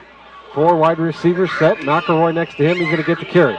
And trying to break a tackle, but there is nothing there as the big defensive line of the Piasol Birds right there to bring him down. 73, Cody Willard, among others, in on the tackle. Nice job by Willard that time. A little kind of a counter play that time. The running back was on the right side, came back to the left side, and kind of a counter trap that time. But Cody Willard did a nice job of filling that hole. Again, a loss on first down for the Piasol Birds, and it brings up for the Oilers rather, it brings up 2nd and 12. And Ragusa in the gun with McElroy behind him. And Ragusa looking to throw. Blitz coming, and he avoids it for a moment, and then is going to be brought down, sacked back at the 25-yard line. 35, Doug Sheets came free on a blitz and forced Ragusa up into the pocket, which immediately collapsed. That's the end of the second quarter. That's what Sheets did, and he came right up the middle free that time. He missed the tackle, but he disrupted the play enough to get a sack by the Southwestern Piasol Birds as the defensive line came around Ragusa that time as everybody checks their wristwatches. Oh, no, they're checking their play. What time is it? 3rd and 18 for the Oilers. Ragusa in the shotgun, rolling, in trouble, looking for the screen. The McElroy is going to be intercepted. No, dropped. Almost intercepted by Corey Newdecker. It was in his hands, and he can't hold on. The Oilers are out to punt on 4th and 18. Nice call that time by Brad Haskins as the defensive line's coming hard and they're blitzing, and you're going to call a screen pass. Looked like he could have got a little yardage, but he overthrew that one. And number 45 for the Piasol Birds, Newdecker almost intercepted it and ran it in. Ugly start to the Oilers on their opening possession of the second half. High snap. Dorsey comes down with it and gets it away. A nice job by Dorsey to get that one away. It's going to bounce at the 45, take an Oiler bounce into Piasol Bird territory down to the 49, and there's a flag down. The Piasol Birds ran into the kicker. I'm not sure if it was roughing. It might be just running into the kicker after his feet were down, but we'll have to see what the call is about the referee. Dylan Doris, the punter, and that's always a tough call, especially on a high snap like that, and it's close. But when you don't get the block, you can't touch the punter. It's basically the rule. Southwestern's over there saying his feet were down, so he's not a punter anymore. And his feet were down, but they ran into him and knocked him down, and they'll get the call. I think it's a 5-yard penalty, but I don't think it'll be a first down. The Oilers might take that punt. I think that one was running into the kicker. That's only a 5-yard penalty and wouldn't be a first down. Well, if it's a 5-yarder, it's not. It's not worth taking the penalty, I don't think, but I think they may take it. Take 5 I think it's only going to be a 5-yarder. Yeah, roughing the kicker is 15 and automatic, but running into the kicker after his feet are down is just a 5-yard penalty, and they'll get to re-kick, and I don't know if they're going to have a better kick than that last one. We'll see. Dylan Doris, the punter for the Oilers. And 81, Michael Davis back deep to receive for the Piasol Birds. He's standing at his own 43-yard line. So we'll see if Doris can get off a better one than that one. Good snap this time. High, short kick. Unless he gets a great bounce, it's not going to be as good. It's a Southwestern bounce, and lost 10 yards. He lost 10 yards, you're right. It's going to be back to the Oiler 42-yard line is where the Piasol Birds will start on offense. So the Piasol Birds are already in Wood River territory on their Wood River 42-yard line. We'll see if they come out in the shotgun or the I formation here in the second half, see what Coach Lansall wants to do. I'm going I, but that's why I'm up here, I suppose. He's going shotgun. Yes, he is. 4 wide receivers set. 1st and 10 Piasol Birds. 1st and 10 at the Oiler 42, already leading 14-0. Now empty backfield as Gray goes in motion. They'll try and swing it out to him in the flat. He's got the 40. And the 35. Turns the corner to the 30. Cuts it back. 25, 20, 15, 10, 5. Touchdown. A 42-yard touchdown pass from Cox to Gray, but Gray did all the work there. They had a split in on the right side. They had trips to the left side, so they had 3 blockers out there as they ran Gray in motion out behind those 3 receivers. Cox did a nice job getting it to Gray, and then he had 3 blockers out there to help him into the end zone, and he had a nice run. He made a nice cut back there at the 30-yard line as he cut back against the green and broke a couple tackles, and that makes it 20-0 in favor of the Piasol Birds. And they will go for two again. Cox will pitch it. And trying to turn the corner is 35, and he won't be able to do it. That's 35, Doug Sheets, and he's going to be brought down short. Looks like Colby Hall on the tackle. And so with 9:54 left to go, third quarter, Piasol Birds lead the Oilers by a score of 20-0. You're listening to Z1570 Radio Sports. To-do list rarely need more to do. So, at American Family, we offer a variety of products at affordable prices with the convenience of a single agent. From auto and homeowners to business and life insurance. This is Gerard Fisher with American Family Insurance. Give me a call at 466-7062. American Family Insurance. Supplier Pricing Plus at the East Side's newest and one of the largest Chevy dealerships, Jack Schmidt Chevy of Wood River, with 14 acres of selection and more selection. Now all with Supplier Pricing Plus. Save $8,165 on a new 09 half-ton Silverado. A new 09 Malibu LS, just $18,600. Hit the road with Jack Schmidt, with over 14 acres of service, selection, and savings. Hit the road with Jack. Jack Schmidt Chevy, Jack Schmidt. Wood River, Illinois. With Jim Seymour, Nick Darr back with you in Wood River, where the Oilers trail the Piasol Birds 20-0 after a 42-yard touchdown pass from Cox to Gray. Just a little swing pass into the flat, and when you can throw a pass like that, I guess you don't need to run the football. That's almost like a run, as you said earlier in the broadcast. You're throwing it out to your running back, and he's got blockers out in front of three blockers. They're wide receivers out there blocking for him, so that was almost a running play, but Southwestern's come out here the second half. They put a lot of pressure on the quarterback on that first defensive series, and I think Coach Lanso said, let's don't let him sit back there. Let's go get him. And the offense scored quickly there. Orban to kick it off to Tharp. Now a wobbly onside kick, maybe a shank, and it goes out of bounds, and the Oilers will have good field position to start here. They'll have choices there. I think they can either re-kick, take it at the 41 or the 40. And since it went out to 41, I'm sure they'll take it right there at the 41-yard line. That wasn't a very good kick by the Piasol Birds that time. I don't know if that was a design play. Didn't look like it. Looked like just a shank off the side of the foot, perhaps. It's like one of my golf shots is what that looked like. Well, Oilers with good field position to start. They'll take it first and 10 at their own 41, trailing 20-0. Ragusa in the shotgun, four wide receivers set. And he looks to throw. Pass rush coming again. He tries to get away. He won't be able to. Sack. Big loss all the way back at the 25-yard line. That's 63, Nathan Wegner again. Yeah, Wegner and Dunn and Cody Willard are a pretty big defensive line, and they're having their way up there as they're wearing down that offensive line of Woodward. Willard, he's about 6'4", and I bet he weighs 280. He's a big boy. His sister played softball for me a couple of years ago, Megan Willard, so it's a good athletic family up in Piasol. The loss of 16 on the play brings up 2nd and 26. Low snap. Ragusa gets it out to McElroy in the flat, trying to cut it back, and he's going to not have much room as he's going to be brought down for a loss again back at the 22-yard line. Loss of about 3. We said in the first half, Woodward had a lot of positive yardage, probably over 100 yards of offense. In this half, they've had minus yards. They've gone backwards on both their drives now, so the Piasol Birds are putting a lot of pressure on that passing game. 3rd and long for the Oilers. Ball at the 24-yard line. Ragusa in the shotgun. They need to get out to the Southwestern 49. Ragusa back to throw. Now looks deep and throws it up for grabs. Tharp is there. It's tipped and incomplete. That'll bring up 4th down, and the Oilers will have to punt once again as they lost about 20 yards on that possession. And it'll be a kick. It'll get about the 50-yard line, looks like. So Southwestern's going to have excellent field position again in this drive.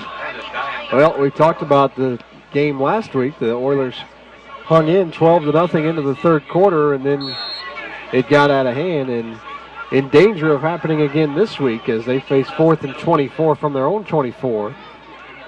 Doris set to punt it away again for the Oilers. And back deep to receive for the Piasaw Birds again is Davis, Michael Davis, and he's standing right at about midfield. Doris's punt is a low line drive. It hits at the 45, takes another bounce to Davis, and he picks it up. He's got some room to the 45 to the 40, and run out of bounds inside Oiler territory at the 37-yard line. That was a good job by Davis. He let it bounce, and it was a low bounce. I'm sure he was going to let it go, but he got a nice high bounce, caught it, and saved Southwestern probably 20 yards. Probably would have bounced another 10 yards the other way, and he picked up 10 going the other way. So another short field for Southwestern as they take over on the 37-yard line as the referee calls timeout. An injured Oiler down on the field here on our sideline. 8:12 to go, third quarter. Piasaw Birds lead 20-0 while they tend to the injured Oiler. We'll take a short break. You're listening to Z1570 Radio Sports. Life is busy, and that's a good thing. Olin Community Credit Union helps me keep up with convenient checking services like free online banking and bill pay, 5 area locations, and free ATMs. They even provide extra deposit insurance to keep my money safe and sound. I know I can count on them, and that helps me give 100% to the people who are counting on me. Call Olin Community Credit Union today or visit them online at olincreditunion.org. Trust me, you'll be glad you did.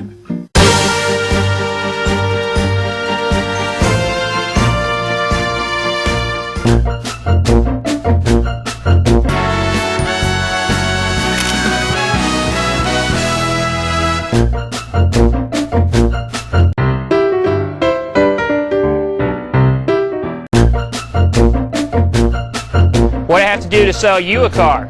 Roberts Motors, easy to get to, just off Highway 67 or Highway 3 in Alton. Dangerous time here for the Oilers. Yeah, short fields for Southwestern means points, and it's been hard to the Oilers to keep them out of the end zone on this short of a field. Cox in the shotgun again, empty backfield.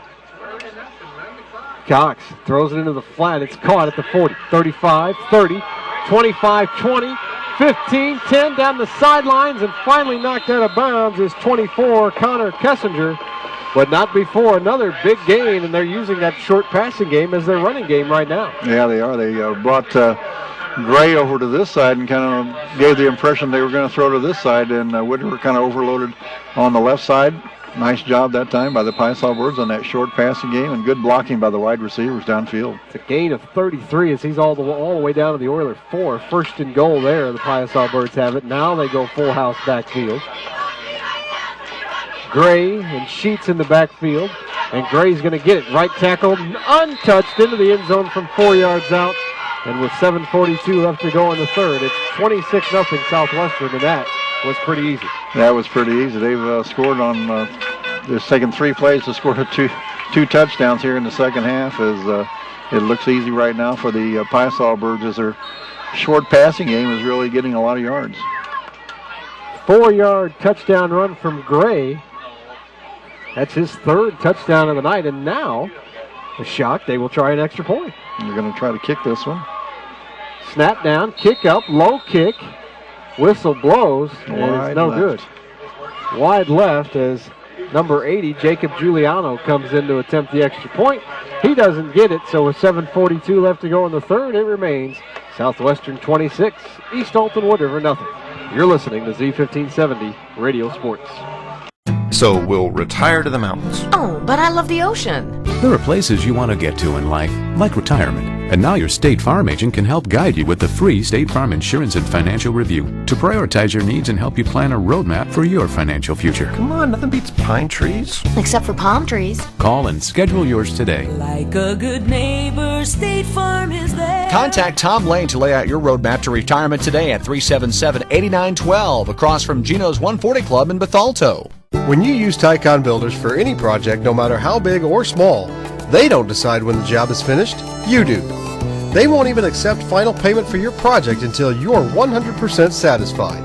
Tycon Builders is a locally owned and operated company, so when they work on a home, they're working on the home of a neighbor, and they want to make sure their neighbors are happy. For home improvements, small or large, call Tycon Builders for a free estimate. 465-7335. Tycon Builders. Cross the bridge to quality. Now, the only thing the Piasaw Birds have done wrong this half is they've kicked it out of bounds and missed an extra point, but Other than that, they've pressured the passer very well, and they've scored a couple quick touchdowns here in the second half. They will try Giuliano to kick it off this time. It's a low-line drive kick, fielded by knockback at the 25 to the 30, to the 35 to the 39 goes 36, Michael Baer. Nice catch by Baer. That's a line drive, and he just caught it right above his head, and he looks like he might have been the shortstop on the baseball field on that time. And he gets it out to the 39. Pretty good field position for the Oilers, but that hasn't been the problem in the second half. No, going the wrong direction on offense has been their big problem here in the second half. We'll see if Piesalberg brings that linebacker sheets again here. 1st and 10, Ragusa in the shotgun. Detrez McElroy, the running back, to his left.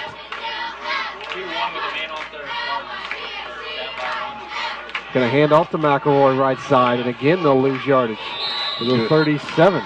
Good job by Dunn, number 65 that time, as he got an arm on him right as he took the handoff, and Southwestern is just overpowering that offensive line for Wood River. Well, there's nothing there for McElroy, and then there in the second half hasn't been much time for Ragusa, so really not a lot of options on offense at the moment.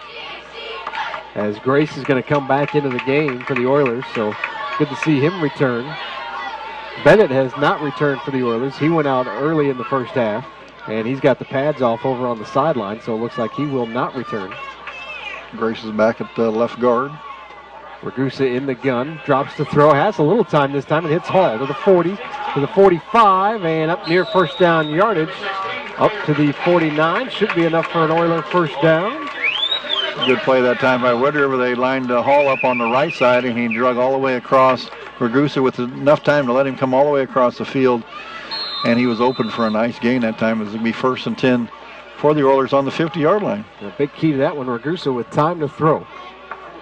McElroy to Ragusa's left, 4 wide receiver set again. Ragusa looking to throw. Over the middle to Tharp. He's got it into Southwestern territory, down to the 45 to the 44. Good enough for a gain of about 7, and a good play on first down that time for the Oilers. Yeah, Ragusa did a nice job of recognizing the blitz. Southwestern brought both inside linebackers, so the middle of the field was wide open, and a good read by Ragusa that time to throw over the middle where the linebackers had vacated. 2nd and 3 for the Oilers. Haven't said that too many times. There's been a lot of 2nd and 10, a lot of 2nd and 13. Well, it's just 2nd and double digits, that's for sure. Ragusa to throw again. Into the flat to McElroy. He's got it at the 45 and brought down there. And nothing there that time for Detrez McElroy. Looks like he lost a yard on that one. A little flare pass out to the side. Kind of depending on Southwestern miss a tackle there, maybe get a first down, but a loss of 1 brings up 3rd and 5. Clock rolling, 5:40 to go, third quarter. Southwestern leading 26-0. Ragusa shotgun again. Rolls to his right. Looking down the field, looking for Hall. He's got him, man, incomplete. Knocked away by Michael Davis that time. Had Hall open for a moment, but that's going to fall incomplete. It'll bring up 4th down here, and you expect to see the Oilers go for it again. Yeah, 26-0. Might as well go for it here, and even if you give Southwestern the ball, they're going to have at least 55 yards to go. 4th down and 4 at the 45-yard line. That's when they've been successful in drawing Southwestern offsides. Ragusa back in the gun. They'll run a play this time, and now a pressure comes, and he's sacked. And 35 again, Sheets on the blitz. Good job. Southwestern's not going to set back and let him pass on 4th down. They just bring the 4 linemen and the 2 linebackers, so they had 6 guys rushing and 5 guys blocking, and that's not a good situation for the Oilers as they don't convert on 4th down. It'll be Piesalberg in Wood River territory again at the 42-yard line. 1st and 10 for the Piesalbergs now as they'll take it down to the 42 after the sack. So, again, great field position for the Piesalbergs to start this drive. Yeah, you have to look for that swing pass, I'd say. It's a handoff this time to Sheets. And a little reward for his defensive work, but not much there on the carry, maybe a yard. Maybe a yard. Will make 2nd and 9 yards to go as they went under the center that time and handed off to the fullback. Everybody had a lot of receivers out on the left side, but decided to run the ball that time as we're going to run a little clock off maybe the Piesalbergs. We're under 5 to go in the third. Cox under center again, but 4 wide receivers this time.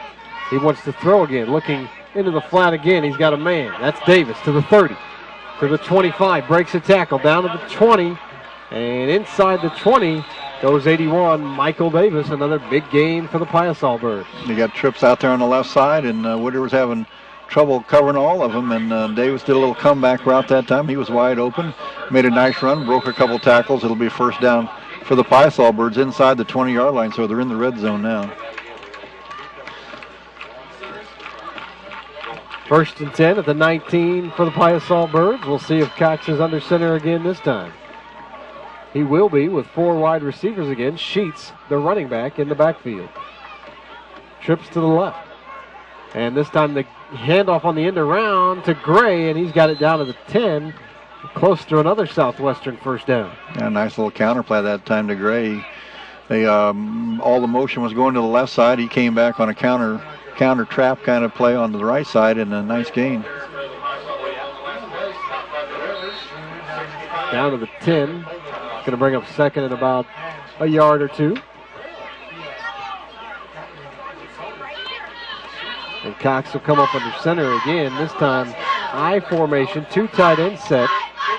And Cox is going to keep it right up the middle. He's got a first down and more to the 5. Fumbles the football. And we'll see who recovers. Southwestern does in the end zone, and it's a touchdown. Cody Willard. The big boy, Cody Willard, gets a touchdown. And that's something he'll remember for a long time. The offensive lineman getting into the act. Right offensive tackle was blocking all the way down the field. He was blocking into the end zone, and the quarterback fumbled it. Willard gets, as I said, he's about 6'4", 280, so he's a lumbering offensive tackle, and did a nice job there. Extra point attempt now. Giuliano on to try it. Really no excuse, though, for the Oiler defense to give up that many yards on a quarterback sneak. Extra point is up and good. And with 3:26 left to go in the third quarter, the Piasol Birds lead the Oilers 33-0. You're listening to Z1570 Radio Sports. Make life easy for yourself at the United Methodist Village. With no more stairs and no more home upkeep in a spacious apartment or villa home, with no upfront endowment and just 1 monthly fee, you stay in control of your finances. Now that's easy and smart. Countryside living that is fun, neighborly, and only minutes from the Clark Bridge. The United Methodist Village, where living is easy. I only wish I'd have moved here sooner. Hi, George Weber. Weber Chevrolet's year-end clearance is underway, making now a great time to save money when you buy and when you drive. Through the end of the month, we are offering the highest sales incentives of the year. And no matter what you hear in the media, believe me, our financing is still as available and aggressive as it's ever been, if not more. Combine that with our great incentives and you have the lowest payments of the year. And that's just the start of the great values at Weber Chevrolet in Granite City, Illinois. Or check us out on the web at WeberGC.com.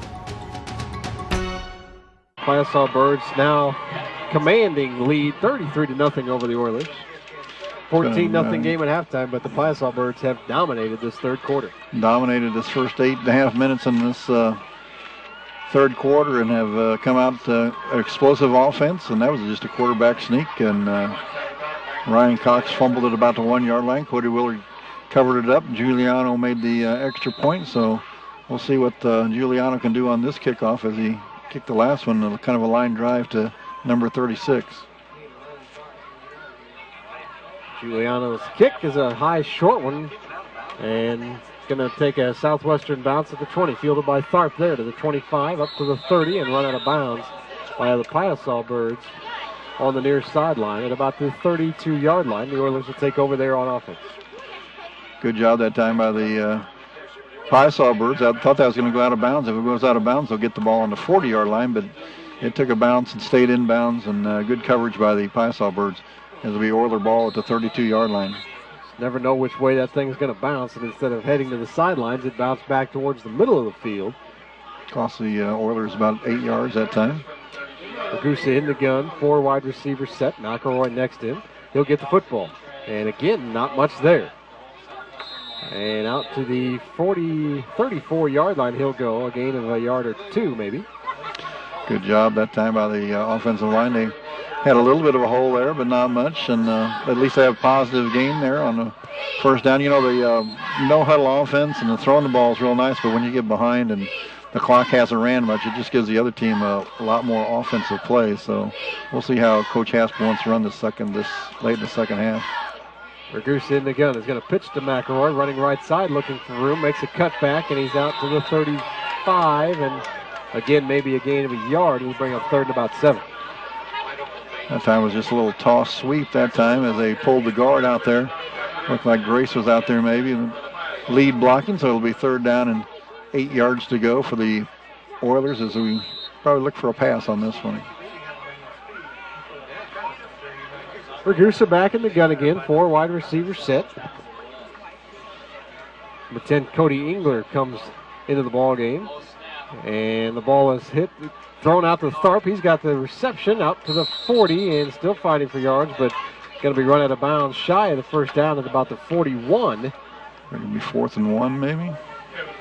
4th and 1. I think the Oilers will leave the offense on the field perhaps. 2:06 to go, third quarter, down 33-0. 4th and a yard or 2. Ragusa comes over to the sideline and gets the information from Coach Hasquin. Coach Hasquin's cousin is on the other sideline, Matt Hasquin, coaches for the Piasol Birds.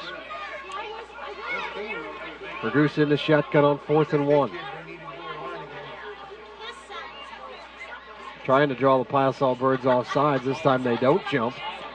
And now they send the play in, and everybody looks at the wristbands. Ragusa going to try and keep it, and he's going to be brought down for a loss. And a busted play there, it looked like. 63, Nathan Wegner on the tackle. 55, Cole Hagan there again as well. We've called those names a lot tonight. Yeah, that defensive line of Hagan and Willard, Dunn, Wegner, they've done a good job for the Piasol Birds here in the second half. And again, great field position. Another short field for the Piasol Birds. 1st and 10, they'll have it at the Oilers 34. Yeah, it's all been to our right. This whole half has been played on that end of the field. Completely on the right side of the O in the middle of the field, just about. For the Piasol Birds to start running the ball and holding the score down a little bit here. Oilers didn't have enough men on the field, and now they have a man on the field without his chin strap strapped up. And the pass is completed at number 7, Jimmy Green, and he's run out of bounds up near the first down marker. But he's going to be short. He's going to bring up second at about 2. Nice throw that time by Cox. That was just a little out pattern to Green, and he did a nice route, nice throw, and short yardage on second down for the Piasol Birds. 1:53 to go in the third. Handoff straight up the middle. This time is to Sheets, and he's got running into the 20. First down yardage to the 15. Doug Sheets getting a carry and getting a first down. Not a very big fullback, but he's pretty quick, hits the line quickly, and has done a good job of lead blocking for Gray, so he does a good job in there for the Piasol Birds at fullback. Down to the 16, he'll take it, and Southwestern will have it there, 1st and 10. Clock rolling with 1:35 left to go in the third quarter.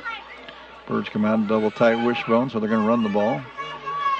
And the handoff to 33, this time off left tackle, and he's dragging tacklers looking for the end zone, and he's in. 33, Cody Christopher into the end zone, that time for the Piasol Birds from 16 yards out on his first carry of the night. A little different that time. They've been running to the right side and in that wishbone, and that gives Gray the ball, but this time Cody Christopher has been blocking for Gray on the right side. This time they give it to Christopher running over the left side, and Jake Schenke and his crew on the left side do a nice job. And it's a touchdown for the Piasol Birds. Makes it 39-0 as Giuliano comes out for another kick. 1:24 to go, third quarter. And a dominating quarter for the Piasol Birds. Extra point is blocked, no good. So with 1:24 to go in the third, the Piasol Birds lead the Oilers by a score of 39-0. You're listening to Z1570 Radio Sports.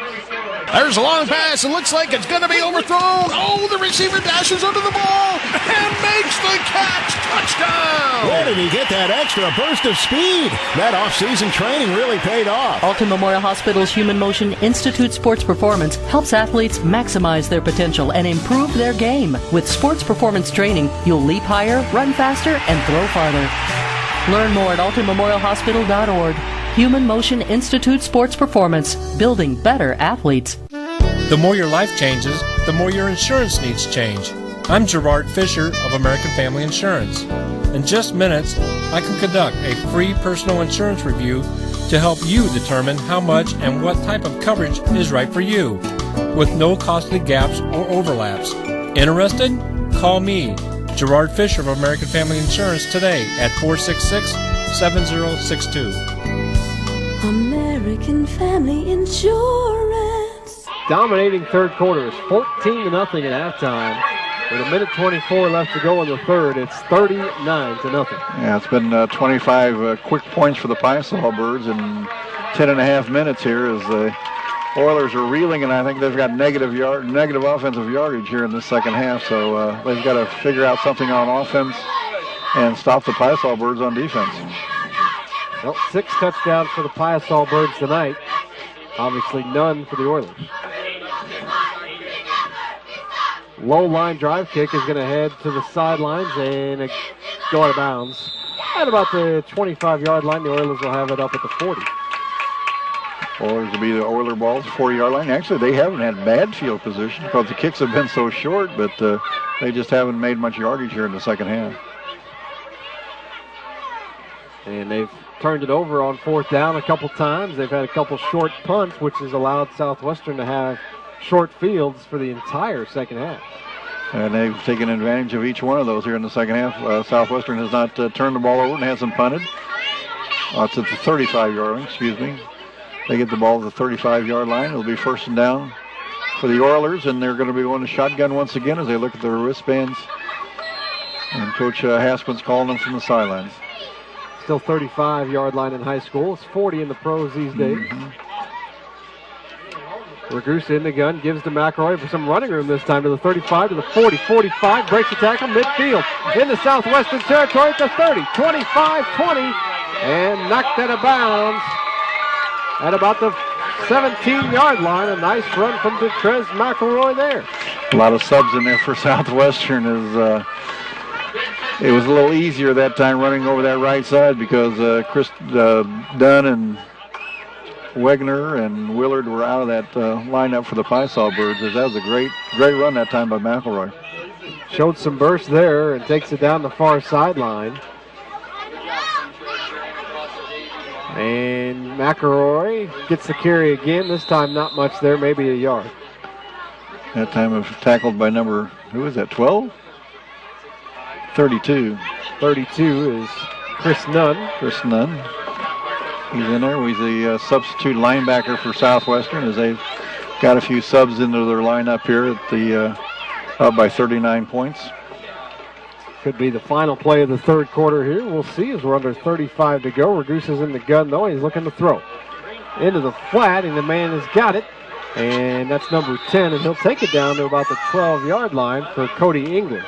Good tackle by Stephen Frisch that time out there on the outside, and that'll bring up third down for the Oilers, as that was probably the last play, as you said, only 15 seconds to go. Engler, a 5'9" freshman for the Oilers, so we could see some of that combination in years to come. Ragusa to Engler, they're both freshmen. And that will bring the third quarter to an end with the Piasol Birds dominating that third quarter. They lead it after 3 quarters of play, 39-0. You're listening to Z1570 Radio Sports. Supplier Pricing Plus at the East Side's newest and one of the largest Chevy dealerships, Jack Schmidt Chevy of Wood River, with 14 acres of selection and more selection. Now all with Supplier Pricing Plus. Save $8,165 on a new 09 half-ton Silverado. A new 09 Malibu LS, just $18,600. Hit the road with Jack Schmidt, with over 14 acres of service, selection, and savings. Hit the road with Jack. Jack Schmidt Chevy. Jack Schmidt. Wood River, Illinois. Life is busy, and that's a good thing. Olin Community Credit Union helps me keep up with convenient checking services like free online banking and bill pay, 5 area locations, and free ATMs. They even provide extra deposit insurance to keep my money safe and sound. I know I can count on them, and that helps me give 100% to the people who are counting on me. Call Olin Community Credit Union today or visit them online at olincreditunion.org. Trust me, you'll be glad you did. High school football. Jim Seymour and Nick Darr here with you. The Oilers trail the Southwestern Piasol Birds by a score of 39-0. Game 1 of a doubleheader tonight.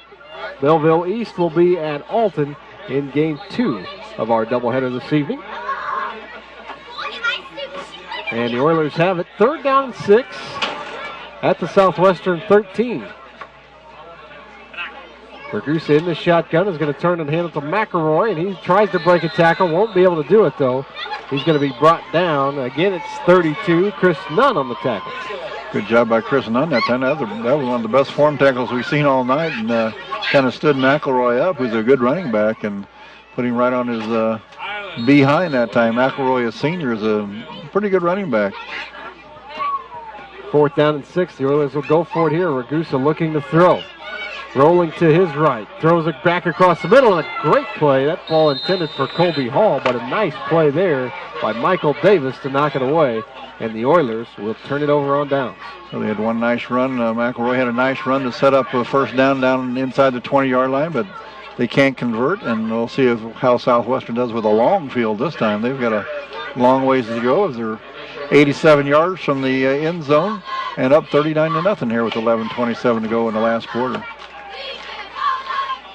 1st and 10 Piasol Birds at their own 13-yard line. Piasol Birds missing a player as they're putting some substitutions in. Looks like some smaller linemen out there, 62 and 63. Looks like the JV squad's going to get a little action on offense here. And the handoff goes straight to the middle. Fumbles the football, and I think we'll see who recovers it. Nick Surseth is the quarterback for the Piasol Birds as he goes up under center, number 5.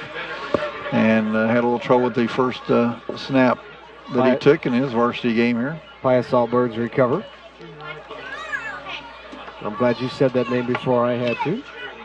That's one I knew from Southwestern teaching, so I figured I'd jump on that one for you. Surseth. Surseth, I got it. Not exactly how it's spelled. No. He takes the snap and looks to throw. Over the middle, got a man, it's caught. At the 25 to the 30 goes number 7, Jimmy Green. Jimmy Green, nice job. They bring in the younger quarterback, Surseth, a junior, and throw the ball on first down, or second down after the fumble. So that was impressive by Nick Surseth. And the throw on the money to Green and down to the 29. It's enough for a first down for the Piasol Birds as they move the chains with 10:30 to go in the game. Good pass, gets him out of the hole, out of the 13-yard line, so that was a good play. 2 tight ends set this time. Christopher gets the handoff, looking for some running room, makes a cutback. He's got some room to the 35 and knocked down at the 37-yard line. 54, Alex Harmon on the tackle for the Oilers. Nice job by Alex Harmon. He's only a freshman, it says here in the program. That was a nice hit by Harmon that time, and a pickup of 8 for the Piasol Birds, so they're still doing a good job on first downs. Under 10 to go in the ball game now. 2nd and 2 for Southwestern. Surseth up under center. Christopher, the running back, behind him, but the handoff will go straight up the middle of the fullback. That's big number 22, Jordan Orban, and not a lot there. But it is going to be enough for a first down, it looks like, as they'll spot it up around the 40. Jordan Orban, a backup sophomore fullback, and he gets the first down as the Piasol Birds have gone to that double tight with an eye behind the young quarterback, Nick Surseth. So we'll see a lot of runs here, I think, by the Piasol Birds here in this quarter. Orban and Christopher in the backfield. Green split out to the near side. The give is to Christopher, right side. He's got some running room to the 45, up near midfield, down to the 49, and close to another Southwestern first down. Nice job by the right side over there. Nathan Wegner is a one tackle over there. Number 57 looks like Clayton Stewart. senior who's out for football this year, did a nice job of blocking. 2nd and 1 for Southwestern at their own 49-yard line, and they have done a nice job running the ball on this drive here so far. Christopher in the backfield again. Looks like Davis is going to be in at fullback this time. I'll check that. That's 31, not 81, and that's enough for a first down for Drew Bennett. Drew Bennett runs for 2 yards and gets another first down for the Piasol Birds as they keep that clock running with only 8:43 to go as the clock stops to move the chains. 8:37 to go, clock rolling, 4th quarter. Piasol Birds leading 39-0. Surseth up under center. And they'll give it to Christopher this time, and he's got not much, a yard or 2 on the play, out to the 47-yard line. Double tight again with the eye, and Christopher runs up the middle. Not much on that play, but seems like Southwestern brings in 2 or 3 players on every play from that sideline over there. So their JV's getting a lot of action in this one. Shuttling guys in and out, to be sure. Orbit is the tight end now, with Bennett and Christopher in the backfield. They're going to throw, though, this time. Surseth deep over the middle, and that's caught. I believe it's going to be a completed pass. Nope, they call it incomplete. Davis was the intended receiver. I thought he had it. Where's the replay on that one? And he threw that between 3 Oilers, and Davis was behind him and made a diving catch. That was a really nice catch, I thought. But the back judge decides it hits the ground. He didn't have a very good look at it because he was behind him, but no complaints from that Southwestern sideline as they're up 39-0. Surseth with a strong arm he's shown so far, though, in the limited time he's been in the game. Christopher gets the handoff off right tackle, fumbles the football, and the Oilers have it, I believe. They do. Yep. The Oilers recover at their own 45 with 7:41 left to go in the game. They'll have the football down 39-0. Good job by the Southwestern JV. They took the ball on the 13-yard line and got it across midfield, and ate up some of the clock. So that was a good job by some subs from Southwestern, and it'll be Wood River ball here as they line up with the no-huddle offense and in the shotgun. Ragusa in the shotgun, as Jim mentioned. And Curtis Warner's in the backfield now for the Oilers. Low snap, Ragusa rolls to his right and looks downfield, deep down the field for Hall, and that's incomplete at the 30-yard line, and Oiler crowd wanting a flag on the play, none thrown. It was kind of uncatchable. It was over everybody's head, and everybody was kind of looking up to the ball with the arms up. So that's a good no call by the back judge, I think, on that one. You got to kind of believe Ragusa can score against this JV secondary of Southwestern if he completes a couple passes to Hall, who's a lot taller than anybody out there. There, he's in the shotgun again. And he's going to pitch it to Curtis Warner this time, right side, looking for some running room in a block. He's at the midfield, 45 to the 40, and spinning his way down to the 37-yard line goes number 23, Curtis Warner, the sophomore running back for the Oilers. Nice run that time by Warner. He's only a sophomore. That's a nice run, and give kudos to Hall out there, number 16. He had a nice block on the corner to break him free for the first down.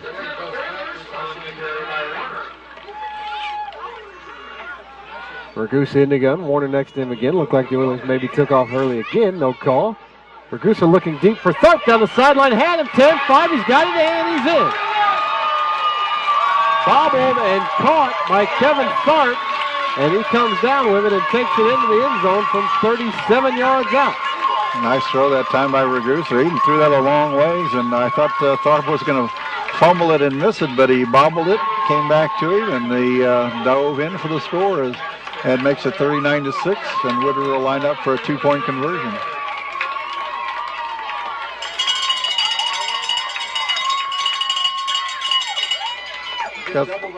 Got some pretty good Ragusa. It's got some nice young receivers.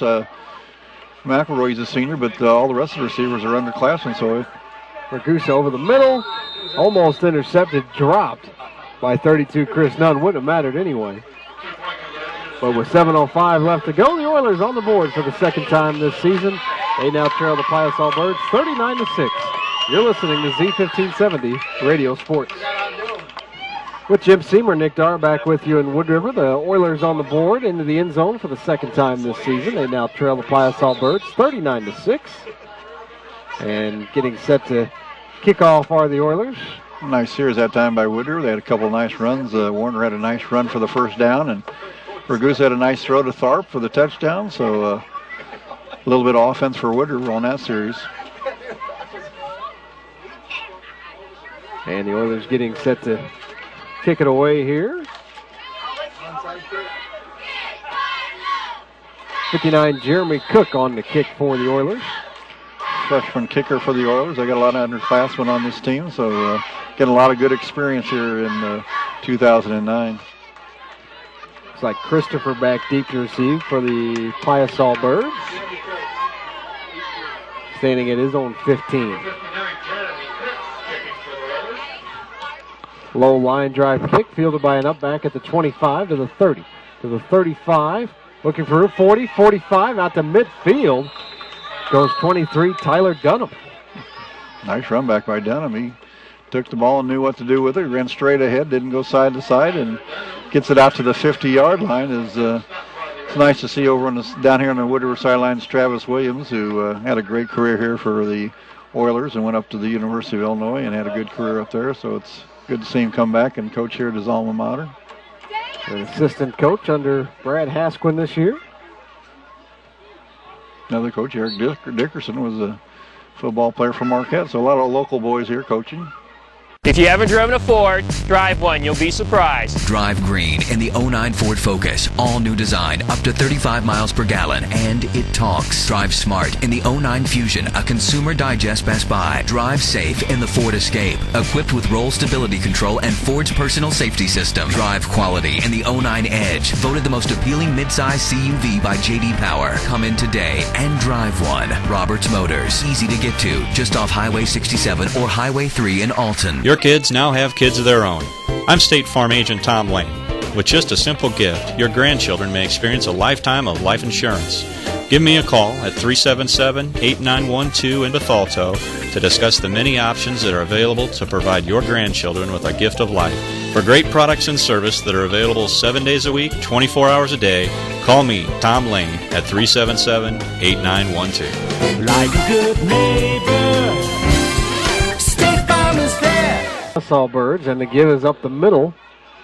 And again, that looks like Dunham on the carry, and he'll have about 5 on the play. Number 23, Dunham, Tyler Dunham, a junior substitute running back for the Piasol Birds, does a good job of running it right over the center position, a zero hole, and picks up 5 yards, makes it 2nd and 5 or 6. So good positive yards on first down by the Southwestern Piasol Birds. Surseth up under center with Bennett and Dunham behind him. The give is to Dunham, and he's got some running room. First down again to the 35 and all the way down to the 31 goes Dunham. Nice job by the fullback. He had a nice block to get him free, getting some positive yards, and that was a nice little run. He runs hard for a substitute back. Gain of 15. And another first down for the Piasol Birds, already leading 39-6. Surseth up under center. Turns and hands it off. Flag down on the play. Dunham has the ball again, and he'll take it down to the 25, but we'll check the penalty.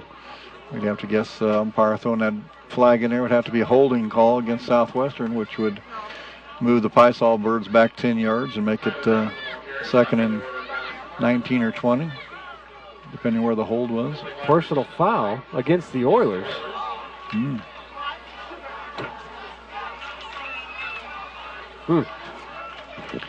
So that'll give the Piasol Birds an extra 15 and take it deep into Oiler territory now as they'll mark off the 15 yards. It'll give Southwestern another first down. And it'll be first down and 10 to go at about the 13-yard line of the Oilers. Umpire threw that flag about the 28-yard line, so they got half the distance. They got about a 14-yard penalty down to the 14-yard line, and that was an unsportsmanlike conduct right in the middle of the offensive and defensive lines. The give is straight up the middle this time. It's Bennett dragging tacklers to the 10, down to the 5, and another A bit of a late hit there, but Bennett still struggling to get an extra yard, and Wood River did a good job pushing him back that time. And almost after the whistle, but a good play that time, and that's a pretty good run. That was a 6-yard run by Bennett that time, and they're having really success right up the middle against the Wood River Oilers defense. 2nd and 4 for the Pius Allbirds now. Surseth up under center. Full house backfield this time as number 11 Steve Fritsch joins the boys in the backfield. This time the give is to Dunham though, and cuts it back looking for running room. Not much there. Maybe across the 5 and close to a Southwestern first down. Like it's going to be 3rd and 1, and Surseth and the underclassmen get some a good experience here. You'd have to think Surseth would be the quarterback for the Pius Allbirds next year, as Ryan Cox is a senior, so good experience for him in this game against Wood River. He now runs all the way over to the sideline to get the play from Coach Lanshaw. Yeah, when the ball's on the 5, that's a long ways too. And full house backfield for the Pius Allbirds. The give is straight up the middle to Bennett, and he's dragging tacklers all the way into the end zone. Touchdown Southwestern, and it's 45-6 now with 4:29 to go. Good push by that offensive line for Southwestern. They've got some subs in there, but good push by the offensive line, and it looks like they're going to come out and try a extra point here as Giuliano's back in for the extra point kick. Michael Davis will hold for the Pius Allbirds. Leading Giuliano's 1 for 2, is he? He is 1 for 2. They've gone for 2 every other time tonight, and that kick is blocked again. So with 4:29 to go, Southwestern leading the Oilers by a score of 45-6. When you use Tycon Builders for any project, no matter how big or small, they don't decide when the job is finished, you do. They won't even accept final payment for your project until you're 100% satisfied. Tycon Builders is a locally owned and operated company, so when they work on a home, they're working on the home of a neighbor, and they want to make sure their neighbors are happy. For home improvements, small or large, call Tycon Builders for a free estimate. 465-7335. Tycon Builders. Cross the bridge to quality. Make life easy for yourself at the United Methodist Village. With no more stairs and no more home upkeep in a spacious apartment or villa home, with no upfront endowment and just one monthly fee, you stay in control of your finances. Now that's easy and smart. Countryside living that is fun, neighborly, and only minutes from the Clark Bridge. The United Methodist Village, where living is easy. I only wish I'd have moved here sooner. 4:29 left to go in the ball game. Southwestern leads the Oilers now by a score of 45-6. Don't forget, coming up, game 2 of our Friday night doubleheader. Belleville East is at Alton. The Redbirds trying to get in the winning column for the first time this season. Low line drive kick by the Pius Allbirds is fielded by Doris at the 40, and actually at the 30, and he'll take it up near the 40, and the Oilers will start there on offense. Nice job by Stephen Frisch that time, number 11, corralling and kind of a rodeo tackle, but he got him down to the ground at the 39-yard line, where it'll be Wood River ball. Looks like we might have a new quarterback in for Wood River. And number 8, Brad Sebastian, into the game for the Oilers at quarterback. Sebastian, a sophomore. I see McElroy and Hall over here on the bench, so they got their JV offense in. Oh, Hall's out there. Curtis Warner in the backfield. He'll get the carry on 1st and 10, and he's going to be stacked up. Loss of a couple on the play. Curtis Warner, young running back. It looks like he's got a little quickness for a sophomore. Looks like he's going to be a good running back for Wood River in the future. Got a little speed and a little bit of scat back there, so we'll see what he can do. He's 5'7", 135. And he's in the backfield with Sebastian. And a low snap. The pitch is to Warner, and he's looking for some running room to the outside, bouncing it all the way to the sideline now, and he's got some room. Out across the 40 to the 43. Gain of about 5. He takes it out of bounds. That'll stop the clock. 3:43 left to go in the ballgame. Number 8, Sebastian, a sophomore quarterback, but I guess if the starting quarterback's a freshman, you don't have much. You better find another position in the next 3 years. But Ragusa, he had some good throws tonight. I was really impressed with the freshman. He had a good head about him and threw the ball well, I thought. Sebastian keeps it on a run straight up the middle this time, and nothing there as that hole closed quickly. It'll bring up 4th down for the Oilers, and they will likely punt it away here in this situation, I would think. They may go for it. We'll see. They're still looking at their wristband, so.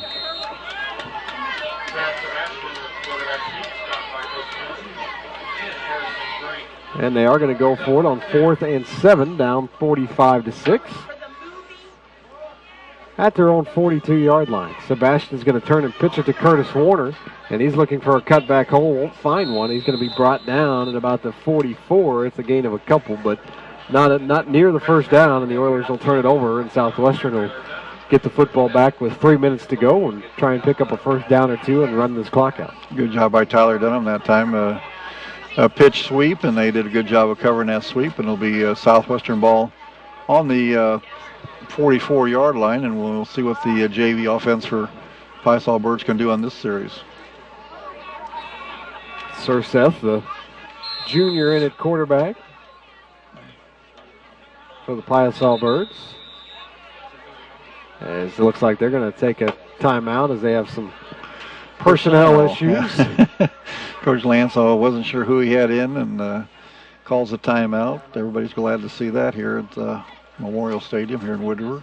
With 3:02 left in the fourth quarter, a 39-point lead. Well, Southwestern's going to move to 2-2 on the season. The Oilers will drop to 0-4, and Southwestern heading back home next week for a couple weeks. They get Payne at home and Roxanne at home during the next 2 weeks, so they could conceivably be with a couple home wins, 4-2 after that stretch, and in good position to finish the last 3-week stretch of the season.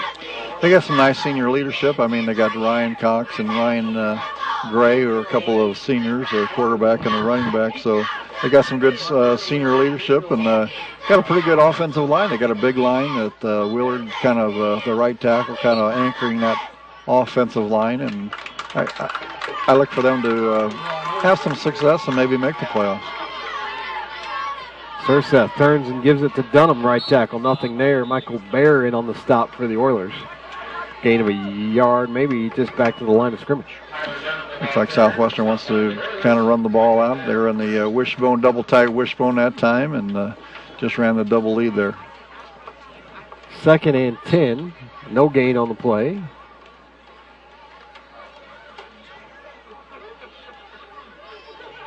Schedule doesn't get any easier for the Oilers, meanwhile, as they'll be at Hillsboro next week. The give is up the middle to Christopher, and he's going to have up close to a first down to about the 29. Should have enough for a first down, right at the marker. They stop the clock. They're going to measure with 2:19 left in the game.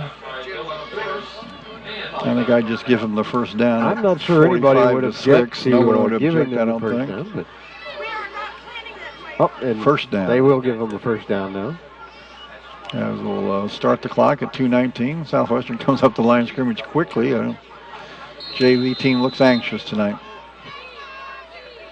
Surseth under center. Turns and gives it to his fullback. That's Bennett right up the middle. A gain of about 4 on the play.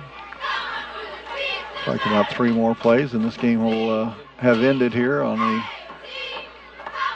the Wood River territory. 39-point victory for the Southwestern Piasol Birds. They've got to be happy with that as they get back to 500. After a couple of tough losses the last couple weeks against Greenville and Litchfield, they get back in the win column tonight against the Oilers. Don't forget game 2 of our doubleheader coming up next. Alton at Belleville East, and now Christopher bounces to the outside, and he's going to go into the end zone from 29 yards out. Boy, once he bounced to the outside, just nobody there. And he's into the end zone for a touchdown, and that's going to make it 51-6. I'm sure Coach Lansall didn't want to score that one, but it's hard to tell a JV back not to score. And when he bounced out, there was nobody on that left side, and of course he scampered into the end zone. Hard to tell him to slide or take a knee once he's out into the open field. Those young kids want to score those varsity touchdowns just as much as anybody. No question. And he goes into the end zone to make it a 51-6 score. And now the Piasol Birds so surprised by the score that the kicker and holder are a little late getting out on the field. Must have had that one in the bag already, the tee. Right. And the extra point attempt, snap down, kick is up, it's blocked. And that is no good. So with 1:28 left to go in the game, 51-6, Piasaw Birds lead the Oilers. Hi, George Weber.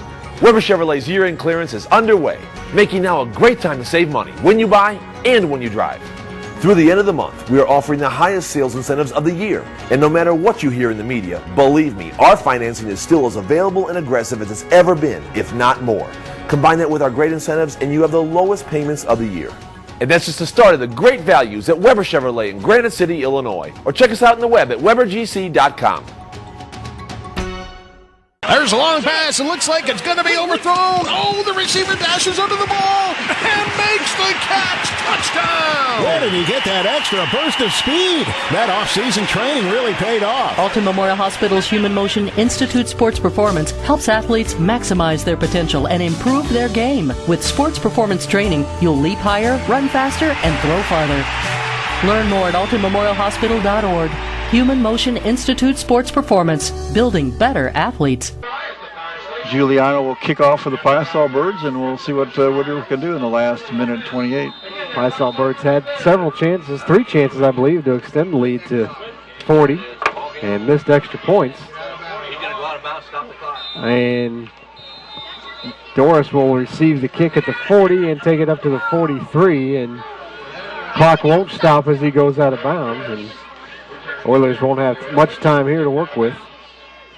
And they are going to fall to 0-4 on the season for the first time since 1996 that they will have an 0-4 start. And they do get on the board this week, but they give up more points than they had given up the entire season as well. So time to go back to the drawing board for Coach Brad Hasquin and the Oilers staff. Yeah, when you're going back to the drawing board and you got a game at Hillsboro next week, I think that's going to be a tough call for the Oilers. Curtis Warner gets the carry, trying to bounce it outside. Flag down. He's out to the 35 and out to midfield, and we'll check the penalty, but it may not matter much. They may not run another play. We'll see. Well, it looked like he might have got a face mask penalty there, but by the time that won't matter. By the time they call the penalty and get back to the line of scrimmage and get the ball spotted, I don't think they're going to have enough time. Face mask penalty against the Piasaw Birds, and we're under 10 seconds to go, and we'll see. I think that's it. That's going to do it. Umpires don't walk that fast. That'll do it, and the Southwestern Piasaw Birds beat the East Alton Wood River Oilers by a score of 51-6 on Friday night. RiverBender.com's live coverage of today's game is brought to you by Jack Schmidt Chevrolet, the #1 GM certified dealer in Southern Illinois. Olin Community Credit Union, exceeding member expectations since 1934. Tycon Builders, 25 years of quality construction services. Alton Memorial Hospital, the best health care close to home. United Methodist Village, where living is easy. Tom Lane State Farm, your good neighbor agent in the Riverbend. Roberts Ford, the value store since 1949. Weber Granite City Chevrolet, Buy American.